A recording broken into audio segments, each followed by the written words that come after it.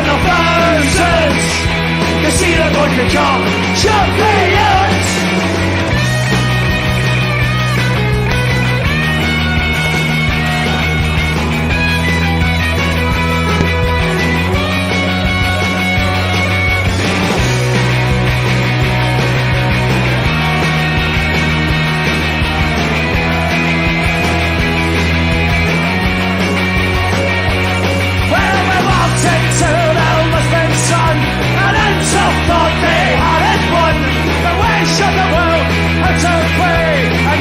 It's known as a Celtic way.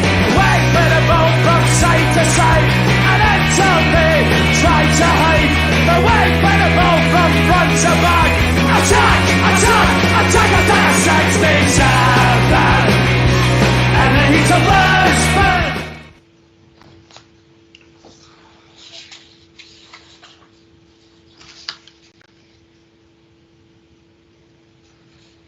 Hello and welcome to episode 42 of Celtic Rumours TV, the Balls and Bovril podcast with your host Mark and myself Paul. Join us on today's show. We have Michael Dundee from our forum, and we have Brian Welshy from the forum. Our forum is based to the podcast, which is celticrumours.co.uk, where Celtic supporters discuss everything about Celtic. Kyogo didn't get stuck sliding his way to the goal today. He used Skpe and slid all the way to get the ball into the goal. Skpe, proud sponsors of Celtic Rumours TV.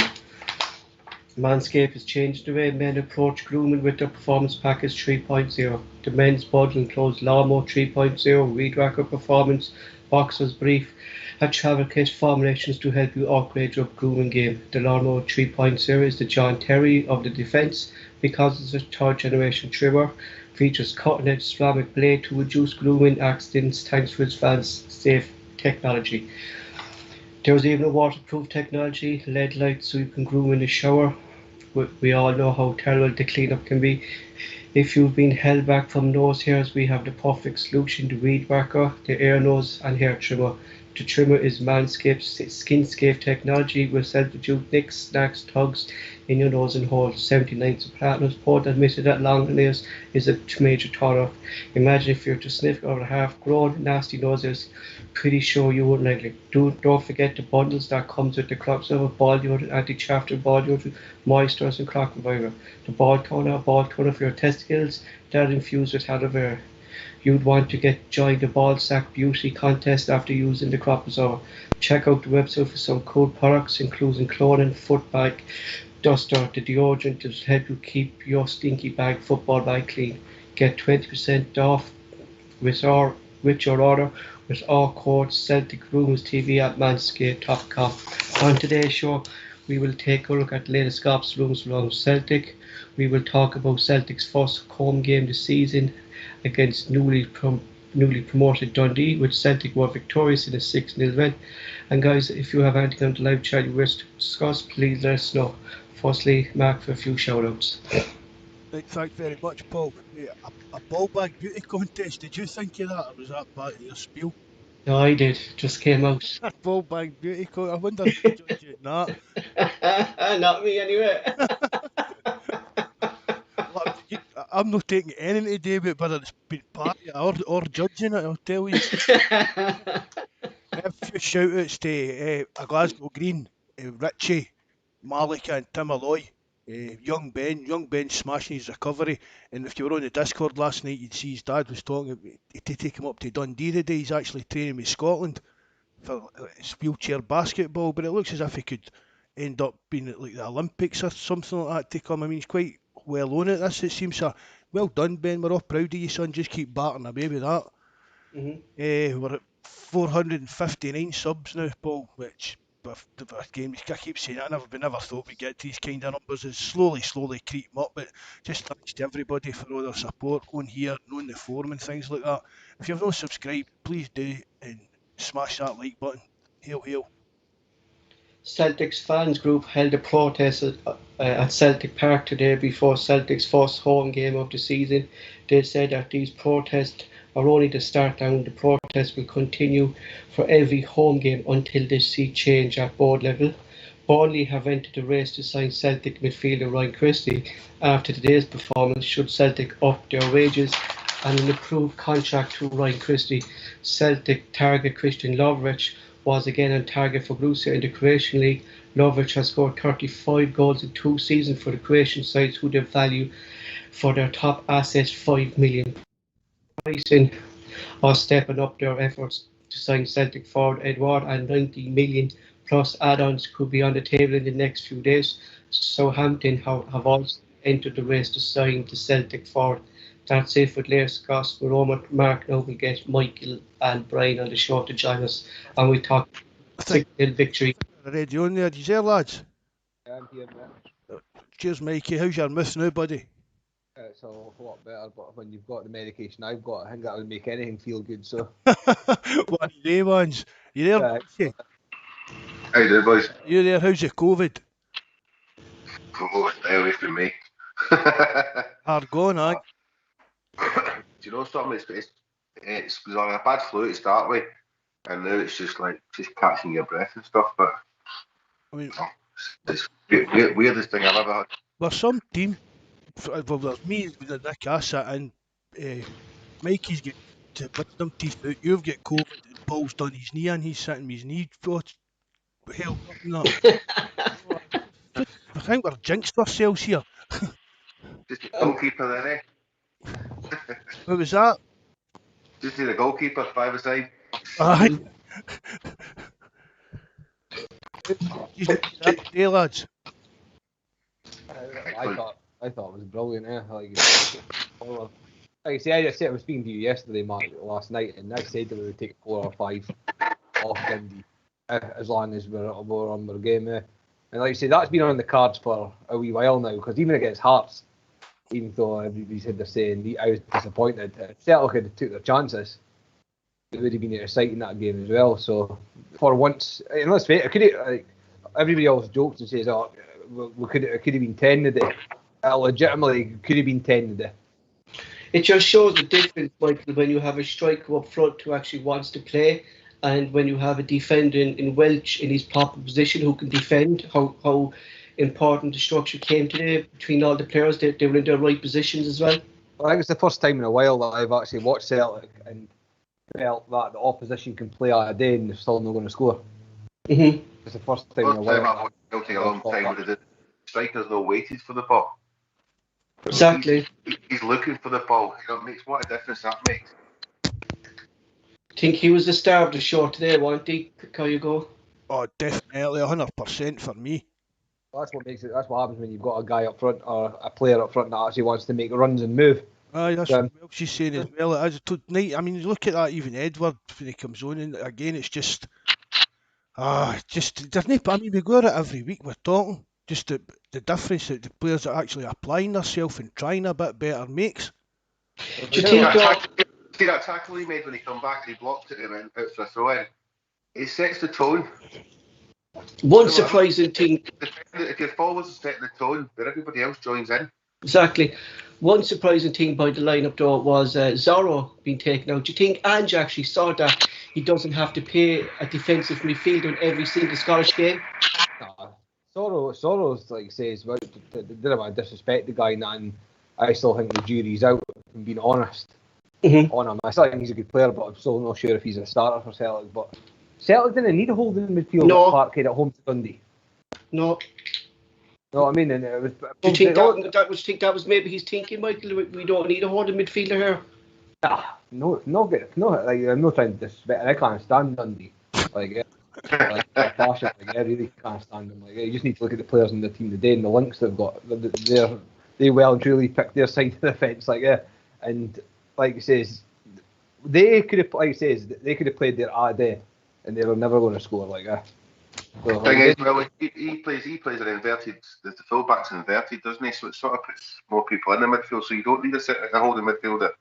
Exactly. So when Celtic played the inverted fullbacks, like when our right and left backs or wing backs got forward, we actually outnumbered them in attack. I mean, so we were still able to create space when we couldn't do that under Lennon because our fullbacks weren't pushing up front. Do you know what I mean? So we were outnumbered last season, but this season we're we seem to be outnumbering the opposition with our attack, which is you see the difference today, like how we were able to make space from nothing. Like players were actually looking for the ball and looking to make the space. There was a big difference in what we saw today, and you can gradually see what Ange's trying to do more and more each game.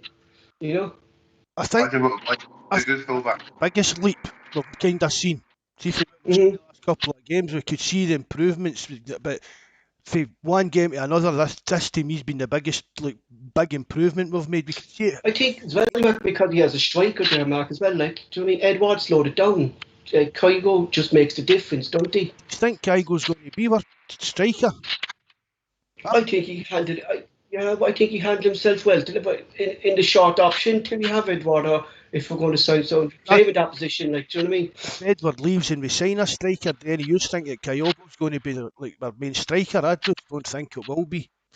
I just think you say that though, but if you look at Abada and then you look at Kyogo up front, and then Christie at the Stormer today, Mm-hmm. and you look at them, they can interchange. His style of play might be, I don't know what centre forward it could be, just movement. A false number 9 kind of a thing. What Welsh is it? Somebody's always up front, but it's just the way they, it's the way they play. It's the defending from the front. It's going, dropping back, getting the ball, people moving forward. He obviously wants to play with pace. There's no doubt about that. And I mean, as good as Edward has been in the past, he's definitely a striker who waits for the ball to come to him. And I'm looking at that today. Yeti doesn't stand a chance of getting into that side. No, I kind of fair for Yeti, don't you? Maybe as a backup or something, when things are going differently, you might change the game plan. But it was great to watch a game today where we're just talking about how good we were. We're not talking about goalkeepers or defenders and anything else like that. It was just the way we played. I thought it was great. Kind of a good time as well to play a team like at Dundee's level. I mean, if we went out there today, anything less than a win would have been atrocious. So it felt like a good time for us to play like a weak. We know they're a weaker team than us, but it was all going to be about the way we performed on the day, and you can't. With all due respect, most of these teams are as bad in Scotland and all fairness. You bring a team to Celtic Park. This is a big pitch, and we play to our strengths. Nobody should live with us. And it's just. Like you swear about and Kygo were playing with each other for years the way they linked up today, didn't they? And the same with Christie. Like you swear that the 3 footmen have been playing together for years.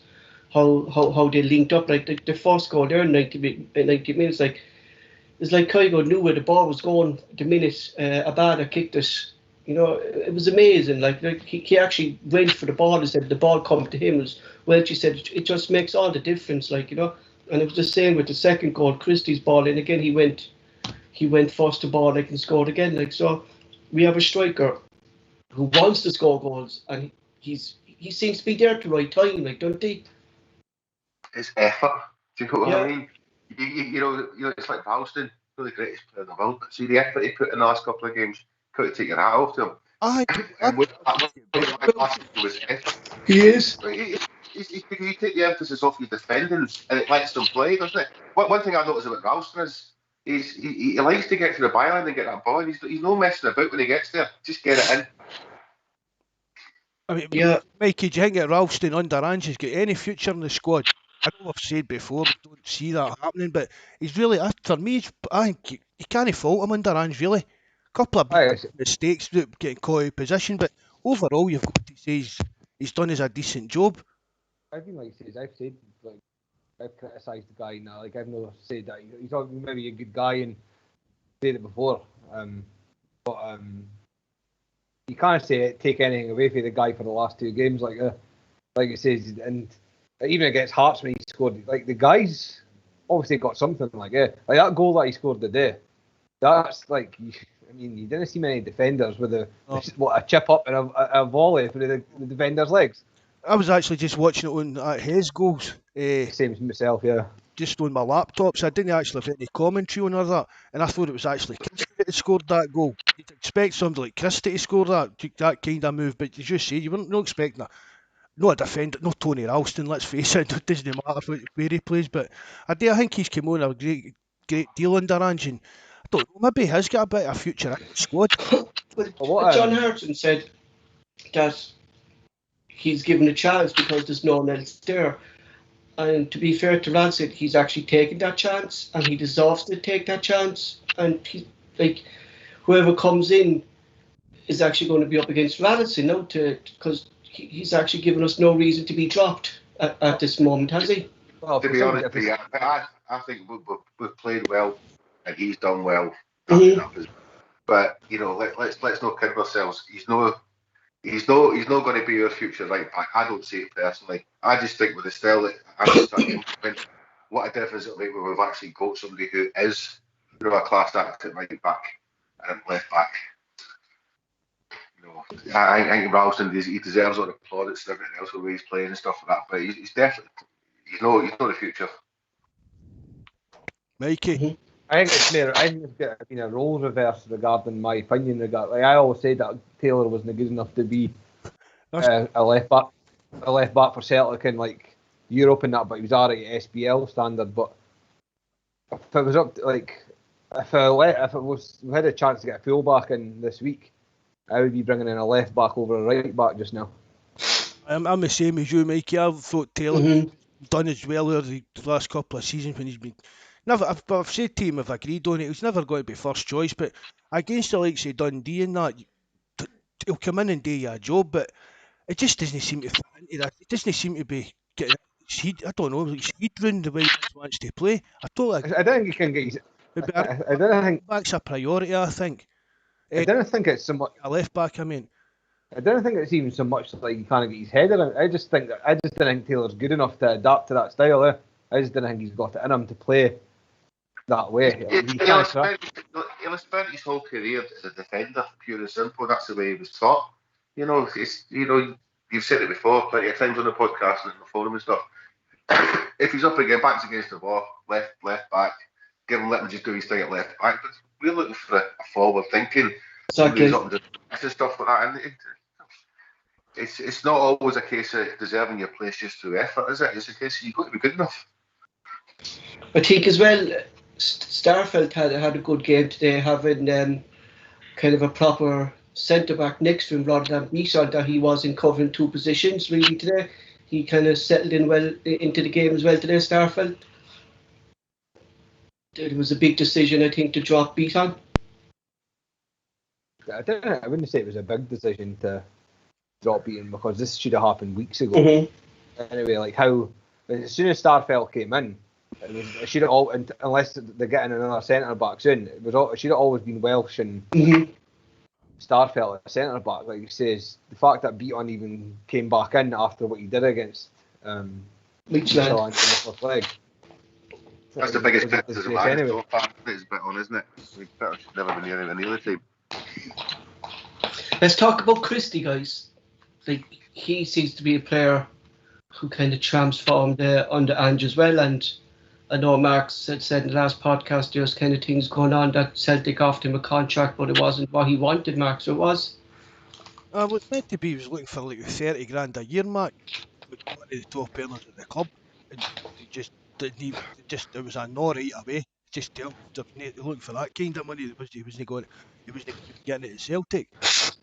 I mean, people are getting what he wants in that, in the strength of a couple of games. I mean, really, after what he done last season, look at the grief Edwards still getting, and that's went on for last season. Christie's had a few good games. Well, he was really good today, but it doesn't change anything for me. He still doesn't want to be there. Unless the same as Edward, unless they're willing to sign a new long-term contract, they shouldn't be in the team. That's just the way I feel about it. The attitude's different though, Mark, for me, Mark. I'm definitely not a big fan of Christie after last season, but what I do see is last season the biggest criticism of most of the players was the attitude. Right, they might want different deals and stuff like that, but when they pull that jersey on, they should be playing for Celtic. It's as simple as that. What I have seen for Christie this last couple of games is he's aptitude. He's got stuck in. I think he's done well. But he's not going to be in the long-term planning. I know we've said before we need players for the here and the now kind of thing as well, so you can put that argument. But it's just if they don't want to be here, just move them on, get them moved out. As I said, I'm not saying he should be one. He definitely deserves to be one of high earner at the club. Do you know, but a kind of gradual lump. I mean, somebody, I think it said it was in 15 grand and Celtic offered him 18. I mean, that's not much really in football terms, but to go up into the 30s, now that's a big jump. But even getting over from 20, 22 grand and Sheffield take it. If he signs a new contract, I've not got a problem with that. I'll still moan about the way you, for years I'll moan about the way you carried on last year. But if he signs a new contract, fair dues. If he's not want to be here, it's time that we get some more players in that they want to be here. Mike, do you want to come into that? I just my mind's already set on Christie. I can't forgive for last season. Like I said, he said 2 or 3 good games, and guys are saying, give him what he wants. And nah, players didn't hold the club to ransom like after what happened last year. Like he's only playing good just now to get a move away, which is fine because it's benefiting Celtic just now. But I still think that they'll bring in the boy Lovrich to play left wing, and Christie will get moved on to Burnley or something in the next few weeks. That's what I think will happen. Would you be I'm not sure. Of Lovrich is outstanding, and he's like a bada, but on the left hand side. Right. So he shoots it, and like I didn't think Christie was great today. I'm not disputing that. The last 2 games he's been brilliant, but I wouldn't be playing him left wing.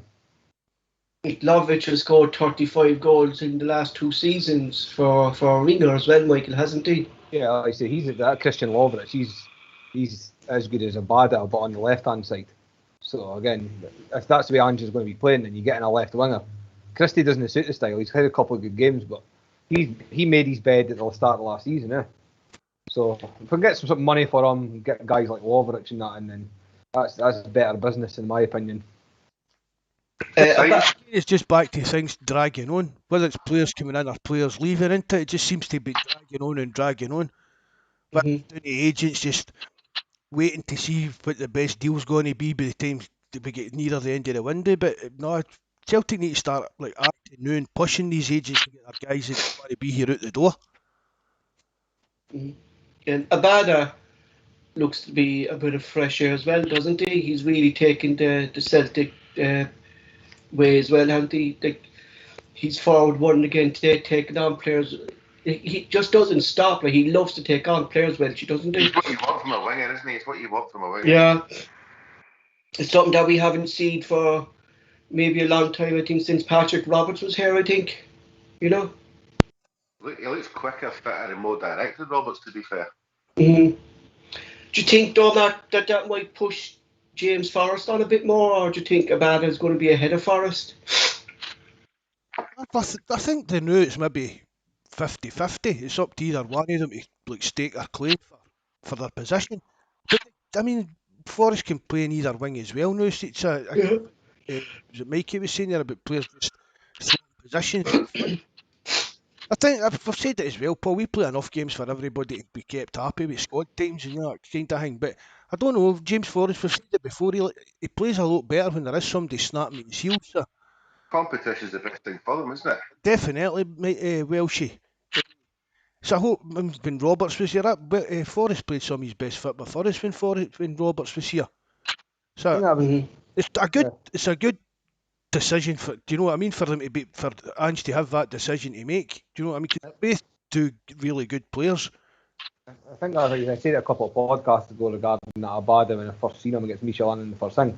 I mean, he's got Scott Sinclair written all over him, like for getting goals and assists, and even like the penalty that he got the day, and that's something that Sinclair would have nipped in and got in front of. And that the only thing that annoyed me the whole day, I think most people agree, was the fact that Edward got that penalty. I don't think that was right either. McGregor should have stepped in and just gave it to Abada. The game was finished. Edward's finished at Celtic. Just like I say, it's just. He didn't even celebrate either, did he? Edward. There wasn't even a bit of a celebration out of him when he went. You know, didn't even for me, he kind of still wants out of the club. Do you know what I mean? We kind of slowed down a bit when he kind of came on as well. Like, you know what I mean? We kind of slowed down. There seemed to be less running up top and less closing down or something when Edward came on, wasn't there? It's just a lackluster. Like Edward, but he's always been like that, so is he? He's just a lackluster guy, is he? Like his defenders didn't need to chase him about the pitch, like that. Kyle go in the first half, right up to when he was sub. The defenders didn't care what they were doing. They didn't know where this guy was running. I think that's what I think will happen with. It was some shift he put in, so it was Mikey. I think, like I say, if it does end up Lovric, Kyogo, and Abada, then kind of people say like, would he be a striker? But I think out of three, I think it'll just be interchanging. Like, I think it'll just be a free for all. Yeah, that's what John Harrison said. Like the opposition players won't know who to pick up because the Celtic forwards can play in different positions and they're constantly changing. That the opposition won't know who they're picking up during the game as well, Mikey. You know.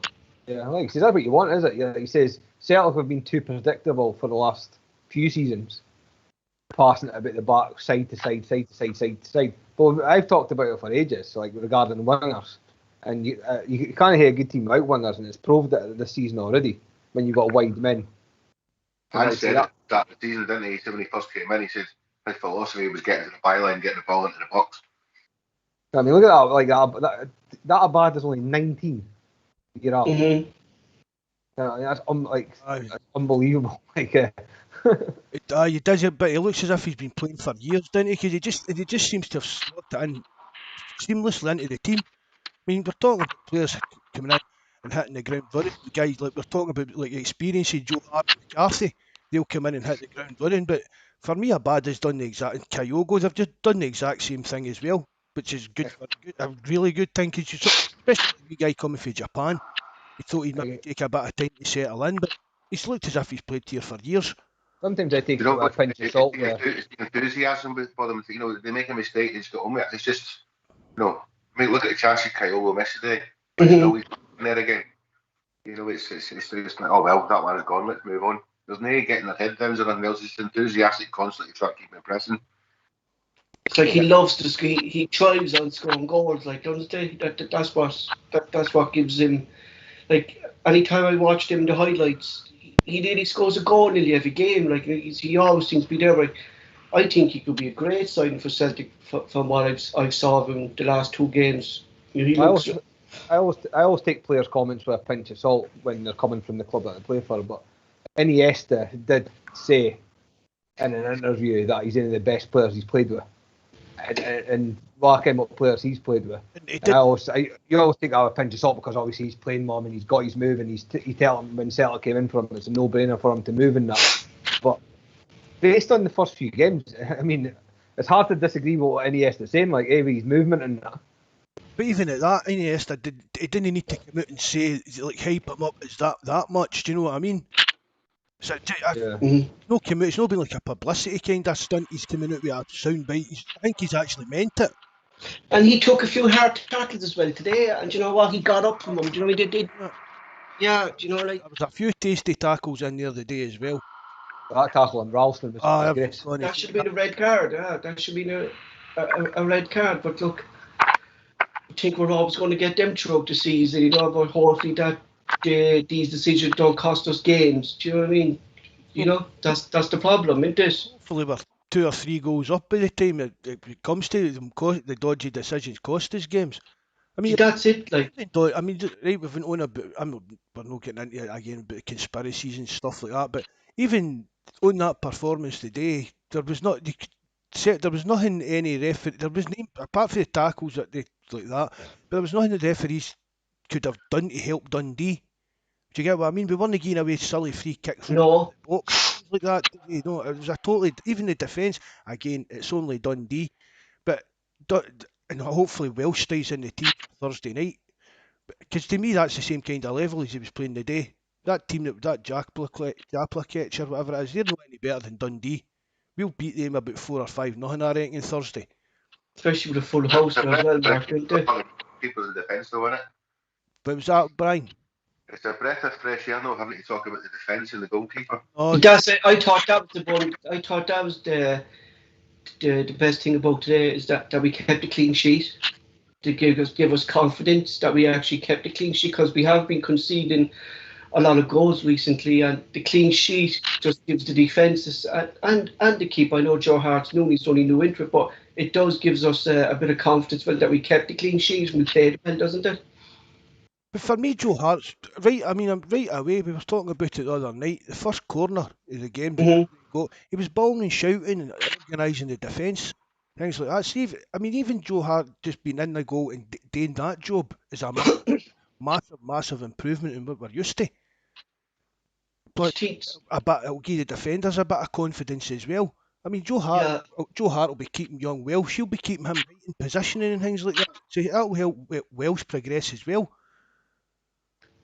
That's the thing I found with the defence today, Mark, that they want all over the place. Do you know what I mean? Like when Beeson was there, Starfelt was kind of in leader, fucking Beeson's position in the back line. Now he was covering Taylor, but today they actually looked more set. Like, do you think maybe Hart has kind of had an impact there, like on their positioning? I think Hart will have, and I think Starfelt will as well. Mm-hmm. And it's just between the two, it'll be making sure that people are stoning in the right place and covering the right bits of the park and things like that, which we never seen from Bain or Barkas. No, it does. Like it give you confidence too. Like know that you have a keeper behind you who's going to back orders at you if you do something wrong. Do you know what I mean? It's a case of doing something wrong, though, is it? It's a case of telling somebody where they need to be. Yeah. That's let's see these things before they happen. Exactly. And one thing you'll say about Joe Hart is he's experienced, he's not quiet. He's got to where he is in his career because of the way he is. And he can only help. I'm not saying he's going to be the best goalkeeper we've ever had, but he's actually experienced in the way he can talk to people and positioning wise and whatever. He obviously knows his stuff, and that can only help it. And he'll have gained that respect already. Somebody shouts him and tells him something. Wait a minute, that's Joe Hart. So that can only help. It's one of these signings that as soon as he's walked in the dressing room, a lot of the young boys are going to be a bit, wow, that's Joe Hart. And even though they're playing for Celtic, they're playing Champions League games, it's still a guy a few years ago was England's #1 keeper. Well, Mark, we said it too as well, like that. He'll help himself, and James McCarthy will help Callum McGregor as well. He's another leader within the team. Senior players, the young players, listen to them and learn from them. Exactly. I think what I loved the day at the end of the game as well was what Callum McGregor did at the end of the game. See what he pulled in the group, and he was obviously saying, look, this is the level that we want to be at. This is the level that we didn't drop for here. I thought that was a really good touch. It was one day. It was kind of a unity, Michael, that we didn't see last season within the squads. We didn't, you know what I mean? Well, that's what's good about McGregor. Like, McGregor needs to put, like, Brown's gone, he's done. He's away. Yeah, exactly. Like, he's doing his own thing, like, isn't it? McGregor needs to put a stamp on his own. Like, he's the man now. He's the captain. He runs the show. Like, and to be fair, he's questioned some of the tackles as well today with the referee as well. Like, he stood up, like, in fairness to him, didn't he, McGregor? Do you know what I mean? Look at the tackle he got on Harps that holiday. How? I don't even know. Somebody in the chat might go tell us. Did that tackle even get cited by the SFA? No. I mean, how could that? I just don't understand. Like, unless there's certain rules that I'm missing here. Like, how could that not be flagged? Because what I was saying, Mark, is because Madden gave the free kick. I said that to Mikey said the rule changed a while back. I've seen. I thought maybe it changed down south, but it hasn't changed up in Scottish football. But I was saying as well, when we're talking about the bad tackles, and we were talking about these fans getting into fans media and that, again, not getting into conspiracy theories about this, but I'd like to see somebody ask Ange, that's the tackle on McGregor in the Hearts game, the tackle on Ralston today, ask Ange what he thinks about this. See, that's it, Mark. The commentators interviewing them don't ask that, do they? No, that's the kind of thing I would ask if they'd ask me into, like, the fan media. I wouldn't begin on about the refs are all masons and things like that. I'd just say, what do you think happened? What do you think of the tackles, the one on McGregor and the one on Ralston? Have you ever seen tackles like that any other leagues that don't get punished? Mm-hmm. And do you know what before the match started, and it's been a while since we saw it, as it was only 20,000 in there today, but it felt like a full house and they were singing "You Never Walk Alone," and I actually got goosebumps listening to the Celtic fans again singing inside the stadium. It's going to be a massive improvement, isn't it? Wait till Welshy comes in, I suppose. Did you not get a ticket for any of the games, Welshy? That mixed up. But basically, I go through an affiliation in Ireland, so we got a big club where it all goes through the season books. And 500 books, you get 6 tickets. Oh, So, I mean, don't get me wrong, he kicked off a wee bit himself about it, but with the way things are going now, it's sort of like doesn't really matter anymore, does it? So we'll all be back in soon. And are you able to get back in now? The next game is your isolation period going to be over, or? Well, I'll be up for this Monday. up for what? I'll be up for this Monday. That's going to be my first one back. What about you, Mikey? You going, Yeah, going on Thursday? yeah. Obviously, I'm back to work tomorrow. Obviously, we've been off for this wisdom tip off. So, as it stands, I'll 100% be at the match. Yeah. Good stuff. You know, I think we'll thrive again with the fans. Like if we played where we played today, the fans will get behind Celtic. Do you know what I mean? Like The fans will get behind Celtic anyway. Mhm. It's last season was. Well, not last season. Last season for me comes to the attitude and the way things were learning and everything else went. And it's like people talk about process and stuff. Everybody's got to be right behind that because we can see the type of guy he is, and we can see the type of what he's trying to implement and stuff. There's not a chance anybody's going to get on their back. You know, this is a new era. So everybody's behind the team, so to speak. I can't see it being any different. You know, and his philosophies. You know, talking about calling it the bad tackles and stuff like that. I get the impression with Aaron's that I don't care what everybody else does. It's what we do that matters. And that's what he's going to be. I mean, what if McGregor got his ankle broke last week, Welshy? Oh no, I'm not disputing that. You No, know, I says I'm not going to meaning he comes out with crazy stuff, but just what his opinion on the tackles on his own players, because he's come out himself and said I'll back my players even if I think they're underhanging. He's come out with that kind no, of. Why is he not kept saying these tackles on my players are getting a bit out of hand? I mean, I that's take that. and we've had one really bad one in each game. No, I take that. No, Of course, the next game we have to think about our next game in Scotland is against Hearts. Are you confident that they beat us on the first game of the season? Like with Kyle Gogan now in the starting lineup, would you be confident in beating Hearts that we'll take Hearts apart? Celtic will pump Hearts in the next game, and it'll be similar to this game. I don't know what anybody says. After what happened after that game in the press and the talking, and even Craig Gordon was pushing the press and that as well about Celtic and that. There doesn't even need to be a team talking that game, eh? I mean, like he says, they've had their 90 minutes, eh? And like he says, next Sunday, 3 o'clock kick-off again. Like he says, the Hearts are I would be very surprised if it's no 4, at least 3 or 4 next Sunday again. I think you're right, Mikey. We said as well, we made a good chances to beat them the other week and just didn't do it. We've gelled a bit more, the team's all getting to know people better. We've got some better newer players in that, and I think you're right. I think we'll pump them it's at Celtic Park, isn't it?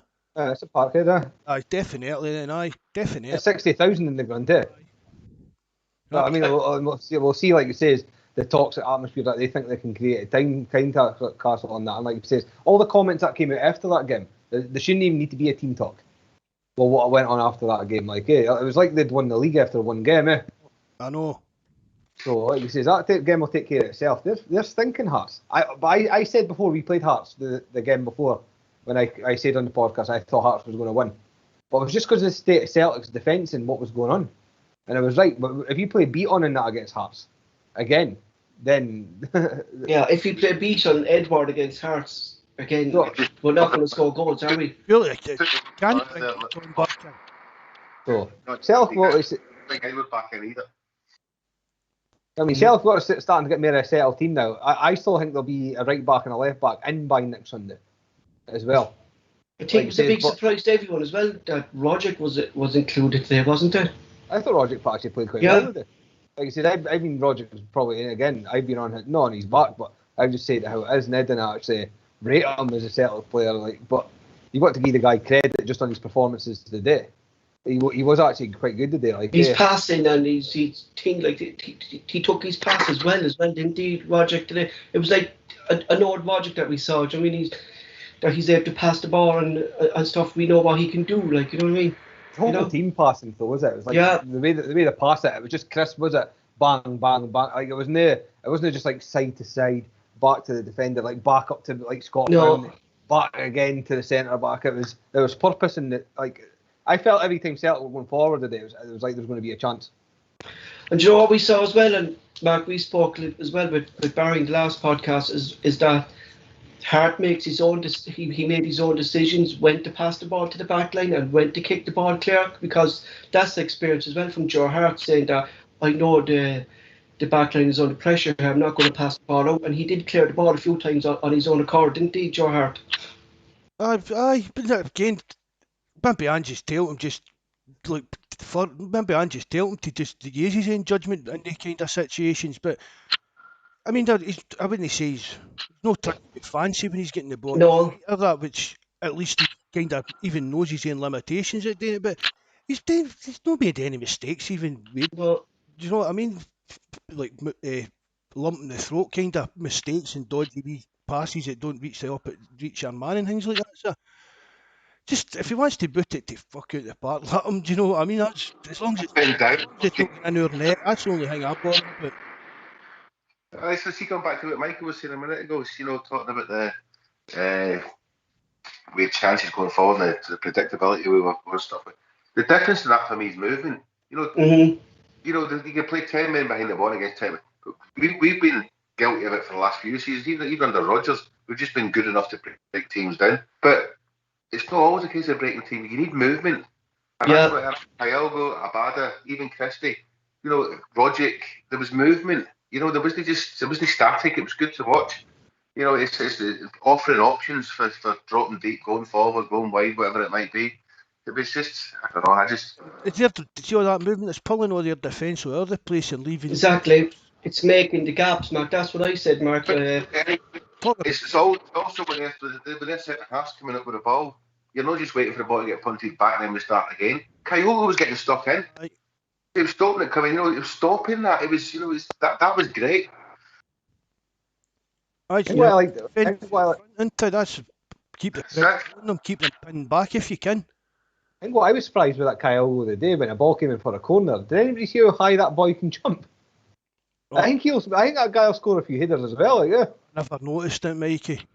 Oh, that guy's. I think he's not just going to be just a one-trick pony. Like he'll score all types of goals. That guy, Looks spoke about it before, like something a wee bit special, isn't it? That kind of look about him that he'll produce in big games, and when we're needing a goal, he's the type of player who'll pull a goal from anywhere for you, kind of idea. The thing as well is he's got to be so unpredictable for people, not just that don't know him. It's the fact that he moves about so much. He doesn't just stall on the centre half. He just wait for the ball to come to him. He's all over the place. There's no point in doubling up on him with defenders because he's just going to take defenders away from their positions. People don't know where to go with him. So it's great. Breath of fresh air. It's good to see as well in the last wee while. I think that UEFA are going to take against that Czech team that we were playing on Thursday. When Celtic scored their fourth goal, their supporters and that were caught on giving it the monkey noises and that sorrow on a Thursday, so they're going to get taken to task for that again. So Celtic deserves to give them a pumping anyway, just for their fans' behaviour on Thursday with the racist chanting and that, after the fourth goal went in. That's the first I've heard about that, Mikey. Yeah, it's on Twitter and that you can actually hear the noises in the crowd there. Shocking, man. Cunts want to grow up. What for? Well, like I said, what happened? Well, kind of like you said, it was obviously a Czech team, the same with the players on the pitch with Glenn Kamara last season. Yeah. So it's just obviously Eastern European countries that are. There's a problem with that. Until UEFA actually comes in on clubs like this and actually start banning them in competition and stuff, then nothing's going to change. Yeah. That's what they should do. See, like that team we're playing, they should just have been out the tournament and we progress. That's what should happen. Like you said, that's the way they're going to stamp out. And even I know a lot of the Italian teams in that they're a bit like that as well. It doesn't matter if you're a big Italian team or no. If your fans are going to behave like that, you're out our tournament. And then the fans would say, do you know what I mean? I did probably have a wee riot about it or that, but eventually the fans would get the message. If we keep doing this, we're out of Europe every year. Well, like I say, it can't just be coincidence. It's always teams for that neck of the woods that get hauled over the coals for this, No. So, Like over in Bulgaria, didn't you? There was a group of them just in there just to deliberately put the racist comments out, weren't there? Remember they were going to walk off? Aye. There was folk weren't even supporters of the team, weren't it? No, they just came down. They all bandied it at one bit. They were deliberately just trying to cause trouble. It's definitely they're not doing enough to stamp it out. Nobody really is, even in Scotland and down in England. It goes on, and they just keep. like I said, I don't like talking about a mark on that, and then like I said, it's negativity. But I think it's because it's that severe and it's obviously involving Celtic. There need to be a tad discussion on it. Like it says, because like it says, it's over the years it's just been swept under the carpet, is it? Aye. Kind of like it says, and like I said, my best mates, like it says, he's African descent and he's had it for years. But like I said, we've been to Italy, like it says, for whole life, and we've never had any bother, me and Jonas together. But Italy, and especially in the lower divisions, is rife with it just now as well. Oh, I shat myself in Rome. I won't kid you, to be honest, I shat myself in Rome. Well, like I say, in Rome, they've got a different style because they go up it on mopeds with Stanley knives attached to sticks. Aye. I can tell there was knives and guns about 100 yards away from me and told to run. That sounds about right, actually, yeah. That was a slow night for them too. I never knew I could run so quick. Especially with that amount of drink in you. Oh, I tell you, just opened up. You know what was good as well is how Kyogo, he was delighted to get man the match, wasn't he? When the camera went down to him when he got man the match, he's a player who kind of really loves football and stuff like that, isn't he? It's a class thing with the Japanese players, is it? Even when you bow his head in that, it's like a privilege to them. Yeah. To like be in that situation. A real honour, isn't it, to get like man of the match for them. You know, he put in some shift to see when he was. When was it? It wasn't just about his hat trick, yeah, exactly, Mark. It wasn't about his hat trick. It was just the work rate that he did. Do you know what I mean? Like, he didn't stop, like, did he? You've got to take your hat off as well. I mean, he's taking himself out of his comfort zone. You know, he's come over to Celtic, and he's just, you know, I know it's early days, but he's just embraced that, isn't he? Yeah. You know, he really has. Like, he really took it with an honour, as you said, Mark, and think. It's like a Japanese thing, like it's an honour, like, you know. Wait till he scores a goal in front of 60,000 fans. You'll not know what's happened. Yeah, I don't think what everybody else like, but even when like the cameras went to him and he was like acknowledging the crowd and like bowing and that, it just brought a smile to your face. And I can't remember last like even that game of the day, like just watching Celtic play, like that's how the fans were wanting it. It's not like we've got an attitude where like we should be winning like this inferior, like we must be doing this. We just want commitment on the pitch. That's how the fans have wanted for the last few years, and finally it's actually happening. And we're starting to play a bit as well, which is a bonus to it, isn't it? Really? Team's the best team. That's it, Mark. Like, it's been a long time since we saw a Celtic team play. You know, instead of passing it back all the time, isn't it? Even under Brendan Rodgers, it was becoming a bit monotonous and boring. The teams figured it out eventually, did they, Mark? Like that's like if you like, I think what Ange's style, I think it's going to be nigh impossible to figure out because the players just interchange. Like the players, it's just from the midfield up to attack. It's, like it says, the day just looked like a free for all. But the players are embracing that, aren't they? I mean, we talk about Ralston, we talk about Taylor. You know, they might not be the greatest players in the world, but they're embracing what's trying to happen and they're trying their hardest. You know, everybody's trying to implement the way that Ange wants to play, and that's great. I think you can't get the feeling that they're playing for the manager again, isn't it? Playing as a team, playing as a unit, them and the manager are all working together for the one goal kind of thing. We've not that kind of feeling for a while either.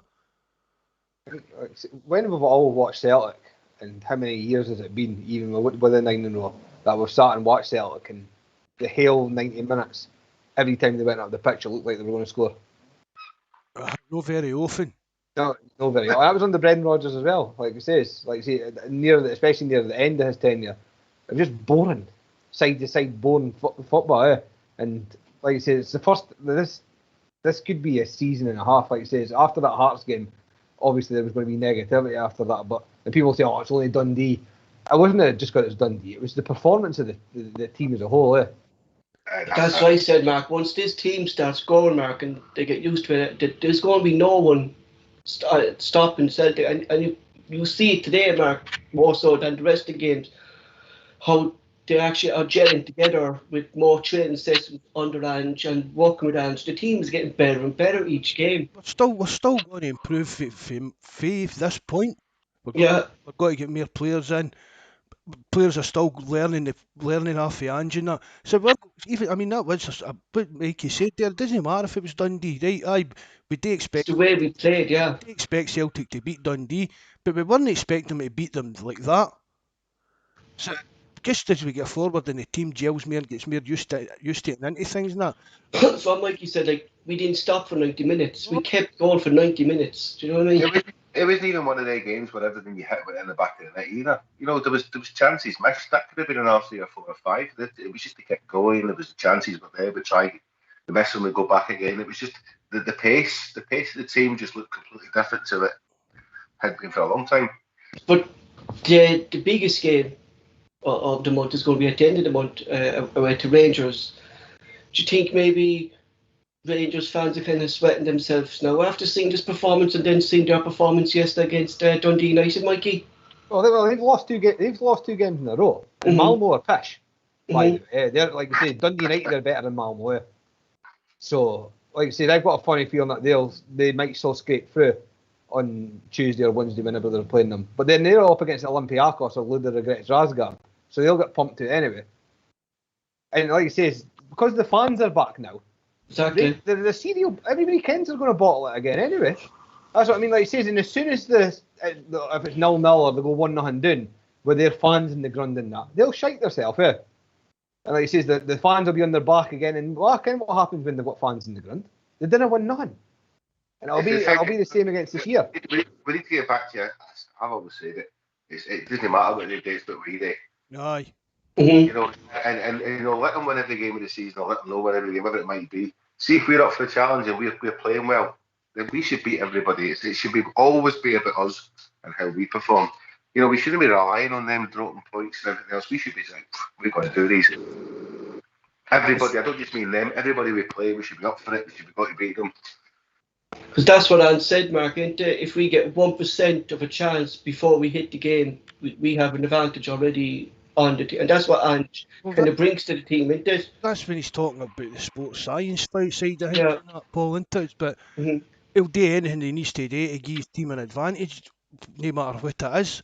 I'm no scared to go into Ibrox at the end of the month. But I think we're even at an advantage more so because of our fitness levels this season. Do you know what I mean? Like, when's the last time you saw a Celtic team go for 90 minutes? Do you know what I mean? Fitness levels, even down to like it's a new idea. It's like again, Yeah. I mean, we're getting in there.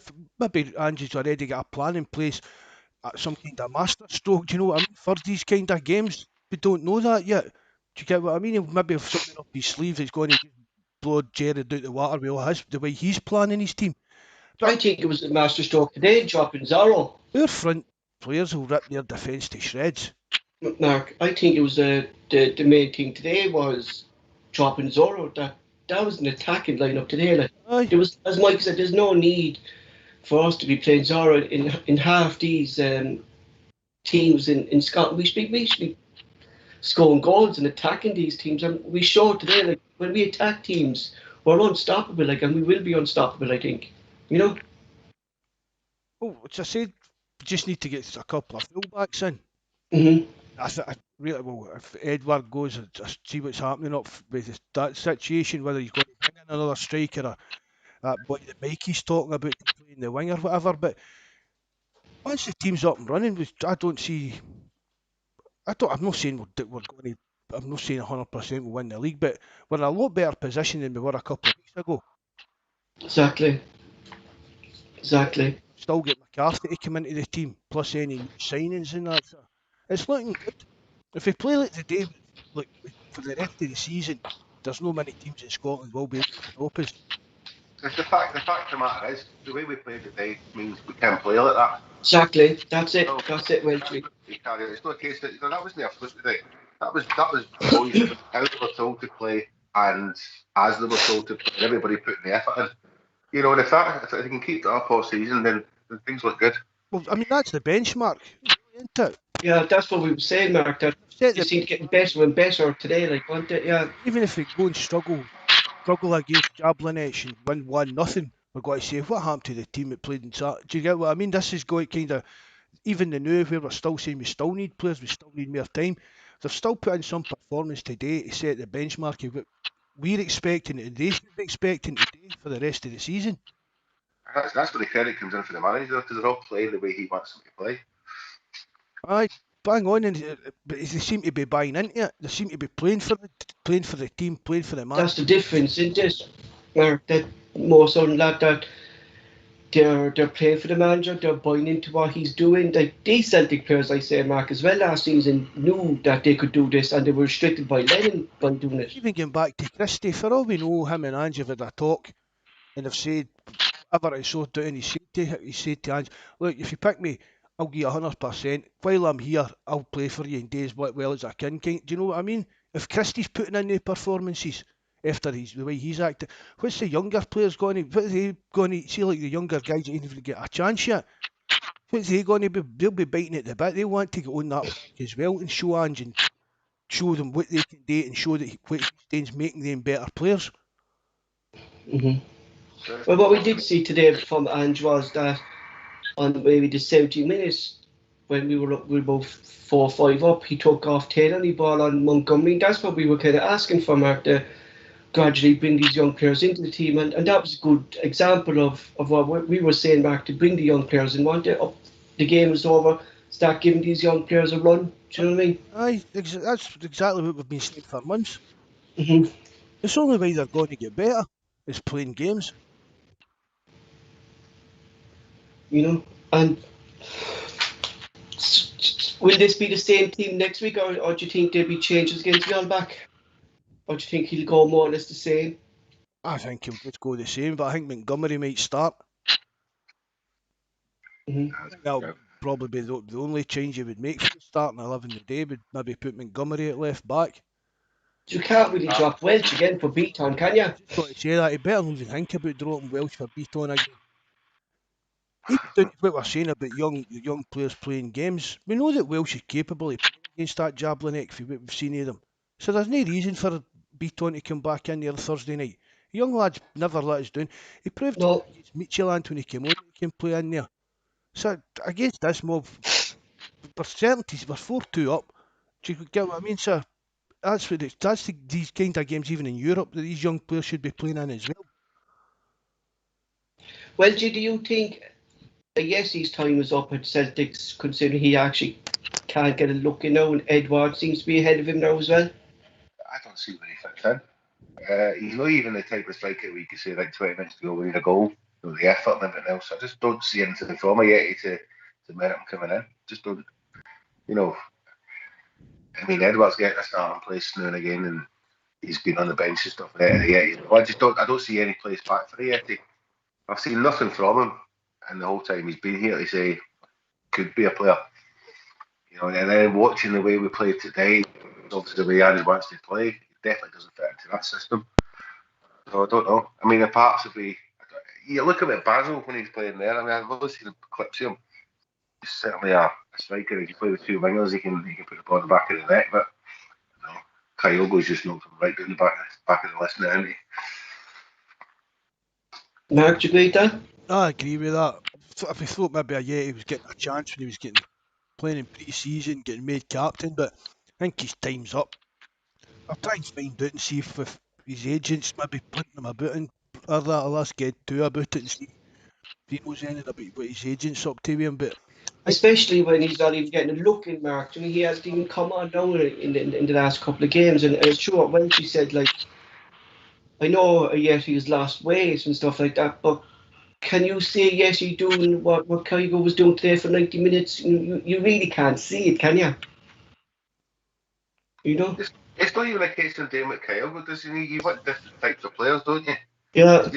just don't see what part of the game Ayeti comes into. You know, there's different stages where, you know, like Kyo, he might go through games where he's putting in all the effort, it's just not fun for him, whatever it might be. But Ayeti's not exactly a game changer, a change of formation. I just don't see what he brings.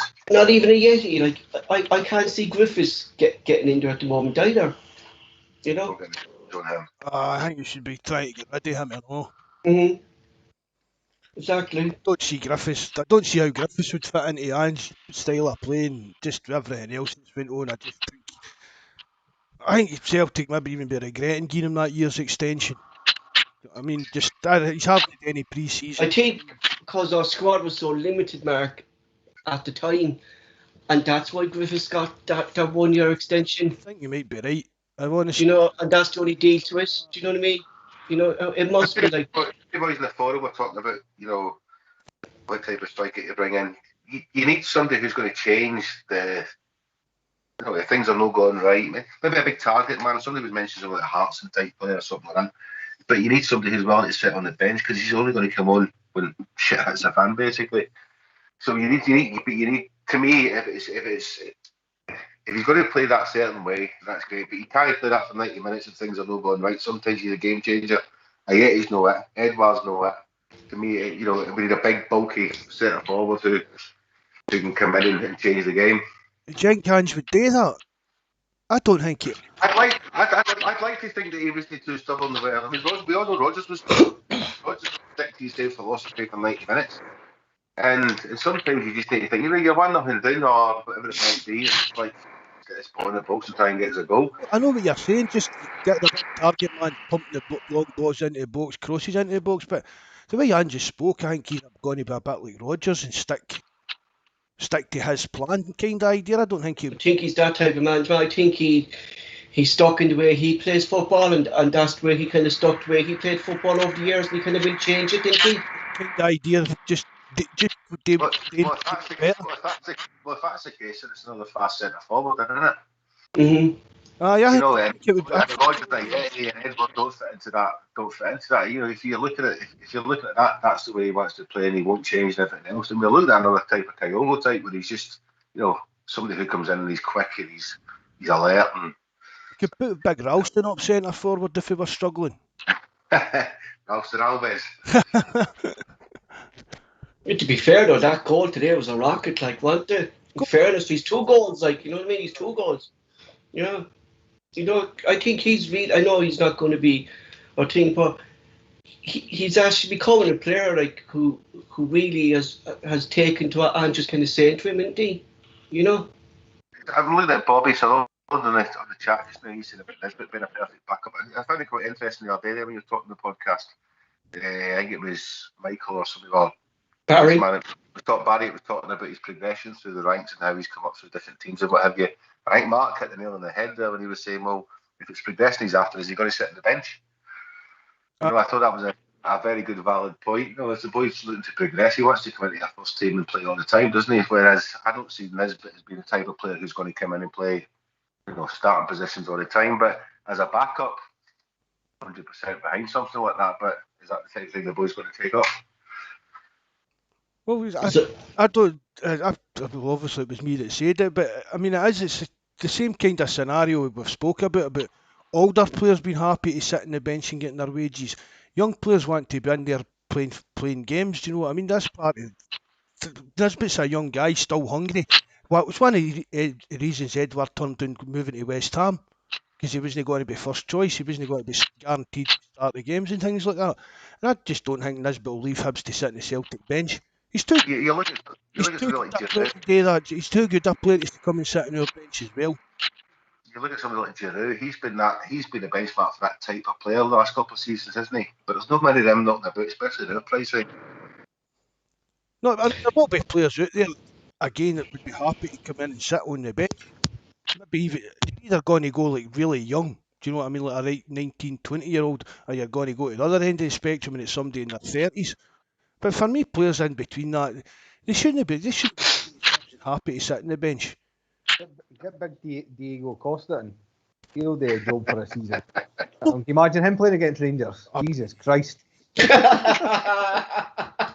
But he's not played with anybody for December or something, isn't he? No. Yeah, one thing, but see if there's a chance of getting him, and again, it's obviously it's just paper talking. Just people like. Can you imagine like getting that guy fit, even at 32? How many goals that he would score? Take you to get him fit.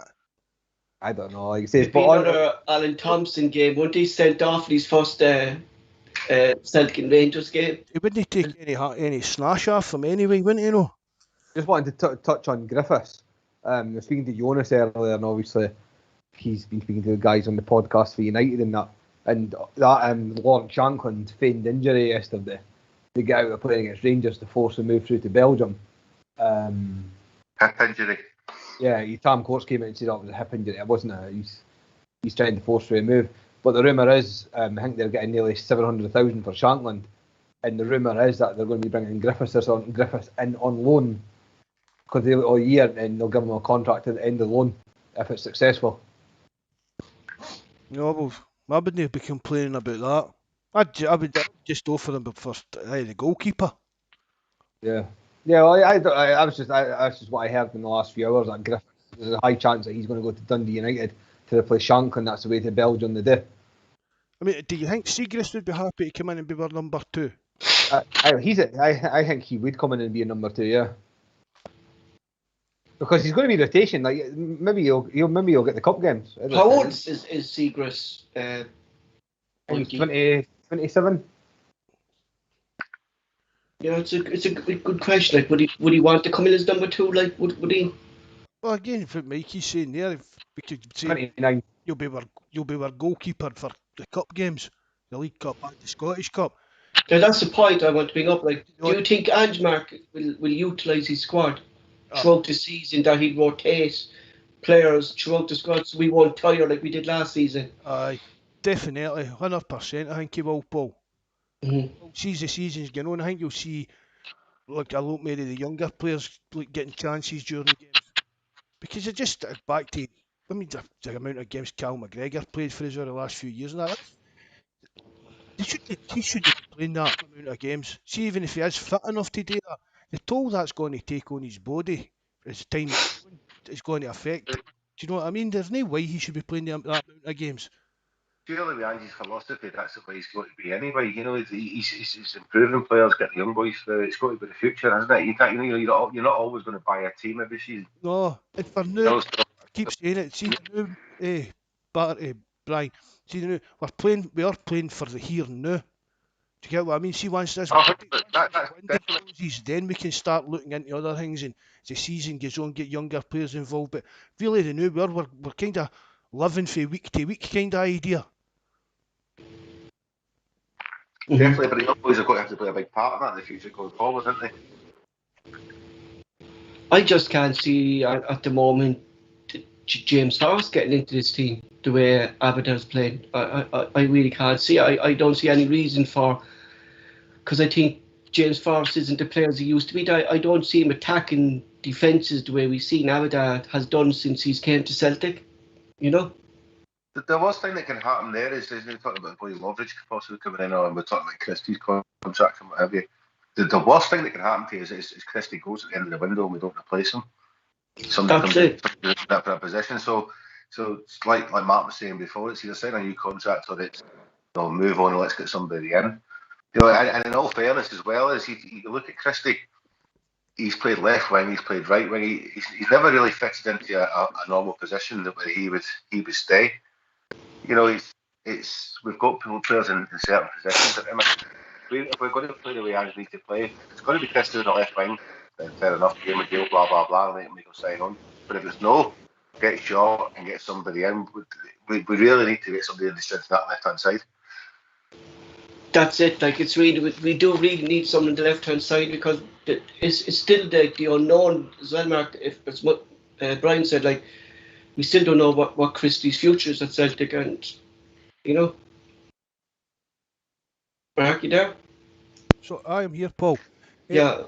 By the time the window closes, Paul, we need to have a first choice player for every position on that bar. Mm-hmm. Do you get what? There shouldn't be, he'll do here, he'll do there. We've got to have like a first choice player to fit every position. If players that aren't going to be here, We should be getting him out, and even, I mean, what kind of fees this Loveridge guy, Mikey? 5 million, is it, Mike? I think. Yeah, I think it's 4.5 million. Yeah, and that the club have stated that they want to take a penny less. So It's a bit of a wedge right enough, but we should have that now anyway. We get these players shifted out. I don't doubt. For me, Christie will only be here and Edward will only be here when the window closes. I'll be totally amazed if either of them are. But they just got James. They just got James. Iron money, let alone Edward money, have we? There should be money available. the Frimpong money, I mean, You know, that 15 million, but there still should be enough there to get these players in the now. And then again, that's forcing Christie's hand as well. If he's sitting there trying to be a smart arse with Celtic or whatever, our contracts and that, if Celtic buy in somebody to play in that position, it's saying to him, there, we've got somebody to replace you. Go, when you go now. That's that. That's it. I'm sorry, I've got a bit sidetracked because Foster Colwood released a statement regarding Christie. Oh. Hold on, going to a reporter on the scene. Live. Mikey's live attack. Mikey's live attack. Sorry, no. In the press conference, he was asked about Ryan Christie's future, and he replied, "I don't think I need to twist his arm. If this doesn't convince him, I don't think anything can." But that's it, Mark. Right? That's it in a nutshell. Like Throwing the gauntlet down into it. Yeah. So, But that's it, Chris. Like if you don't want to buy into what I'm doing at Celtic here and the way we're playing, it suits Christie the way we're playing because it's fast. It's up to Christie now, Mark. It's in Christie's hands, isn't it? Well, feeding between the lines here, if you would make it out there, it's Celtic's got a contract offer on the table to him. Exactly. He's saying this isn't going to convince him, but do you know what I mean? Quote unquote to sign. I don't know what will. So an offer on the table first. So it's up to him again whether he wants to stay here. Maybe seen the light kind of thing, and he's not got any offers for teams at maybe the kind of level that he was expecting. So maybe he's thinking to himself, I'm a better staying here. The teams who are after him, like Crystal Palace, Burnley, they're not bigger than Celtic, Mark. Oh. I mean, they're not going to be playing Europe the highest level that we can offer Christie. If Christie... They're richer than Celtic. That doesn't mean... That's the problem. That's what it is money. It doesn't... I mean, there are no many clubs in that Premier League that are bigger than Celtic. It's just... What would he get off Burnley, Mark? An extra 20,000, maybe 50,000? Would he get... Well, if he was looking for 35 off Celtic, he'd definitely get that off of Burnley. But again, is he young enough to do what I think Ayer's doing and using Brentford as a step up? I mean, what age is Christie now? 27 or something like that? No, he's looking for his big money move. That's what it is, isn't it? Do you think that's what it is? It's a. We all know football's a short career. I mean, I'm not going to knock anybody for betting themselves financially, but you know, there's ways to go about it, isn't there? But that's one thing I give James Forrest, Mark, is that he never really came out and looked for a move, did he, James Forrest? No, he stuck with Celtic through and through, like, and it's about his James Forrest, and it was the same about Cal McGregor too. Like, it's been about Celtic, like that they want to play for Celtic, like, and Christie, like the ball's in Christie's court. No, you either want to be like these lads and play for the club and not money. I think with Forrester was one contract season. I think, yeah. One time his contract was getting renewed, and there was a kind of he maybe no sign it and maybe look to move on. But if he did sign it, they must have sorted out the problem. So I mean, fair play. I mean, he has had offers for England a few years. Spurs were really interested in him. Newcastle as well. There was somebody else that I think he actually his agent spoke to them. I can't, but maybe Aston Villa. That may be them. But he has had chances to move on and get bigger wages probably, and he's stuck here. I mean, I'm not saying stuck. I mean stuck by here, stuck ways kind of idea. I don't mean he's stuck here because. No, I mean it's not. No. He saw that Celtic was the better option for him, Mark. Really, like, didn't? Yeah. You know, is there anything you would have changed today of what you saw going into the next game? Is there anything you would change, Welshy? No, it's more of the same, isn't it? You know, performance like that will bring confidence, and that's confidence is a big part of how people go about the business, isn't it? So, No, I wouldn't change anything. I think he might bring McCarthy in for his debut next week. We'll see what happens. Who would drop out then, though, Welshy, if McCarthy comes in? Would Roger maybe drop out and Taunton jump into that position when Roger was playing? No, I'd say logic. But who knows? Who knows? You know, it's an hands we trust at the minute, isn't it? So let's see what happens. Mark, the same for yourself. Is there anything you would have changed? For when next Sunday or Thursday? Next Thursday, yeah. Thursday, I said earlier, I'd probably start Montgomery instead of Taylor. And again, I would just go with the same team again next week. Is Taylor so at the moment the only risk in the team? Do you think, Mark, that he's just not up to playing on the range? He's just. I wouldn't say he's the biggest risk in the team. It's just there's no doesn't look what good for him under range. So I'm not wanting to harp on about him because I've backed him up for we signed him. You know what I mean, but he's just no come. He's no delivering now. Ralston played a good few games, but there's always a mistake in there as well, isn't there? But I'd still stick with Ralston. He deserves to start on Thursday night because you saw as well today when Dundee were kind of crossed the ball, that Sheridan was kind of trying to get onto Taylor. Do you know that they seem to be crossing the ball over towards Taylor's direction as well, like targeting him kind of idea. Yeah. But maybe There's no secret. It's plain to see. He's the weakest. Like the guy doesn't put a good shift in. He tries his hardest. But at the end of the day, we need to improve, and that's a position where we need to improve. I think that's it, Welshy, yeah. You look at how we've regressed in that position. We want to watch with Tierney the way he comes through everything else. We've never replaced him. And then you look at the same on the right backs side of things. Frimpong was never brought in to be what he was. And I'm not even saying he's a finished article or anything else, but I think we got 10 million for him. That was some deal.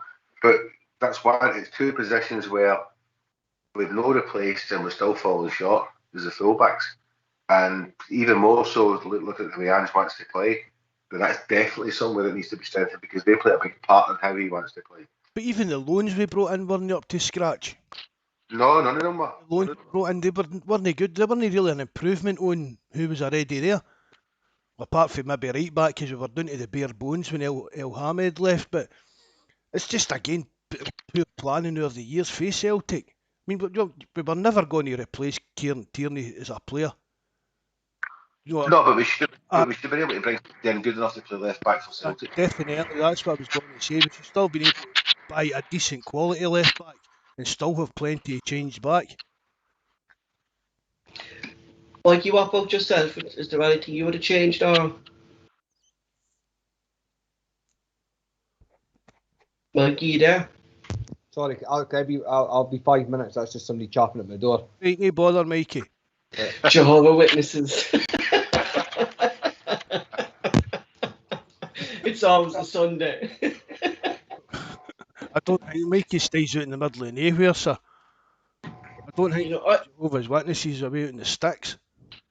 You wouldn't know it. They'll turn up, Mark. They'll turn up anywhere to recruit. I agree. I think Montgomery. I'd like to see Montgomery get a run and see what he can do because I think he's faster than Taylor, getting up and down that ring. And Montgomery seems a bit. Is he a bit taller than Taylor as well? I think Montgomery is. He's taller than him. Aye. I mean, we're balling goalie. I know what's happening with him.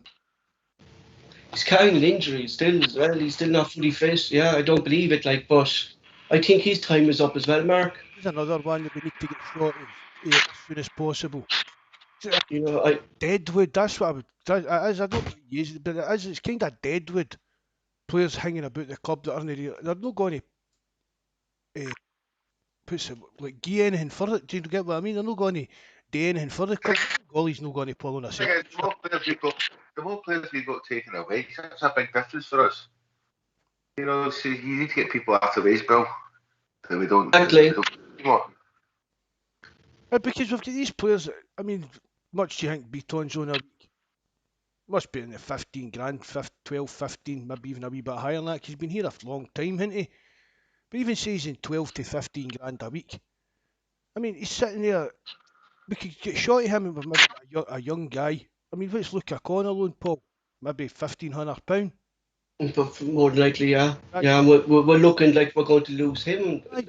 as well at the moment with Aston Villa. Aston Villa. So if Aston Villa can see that he's a good young player, why are we no?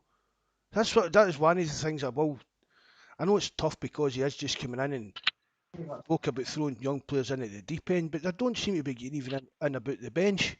I mean, there Montgomery came on the day, we're saying Taylor, he took Taylor off. The game was dead and buried.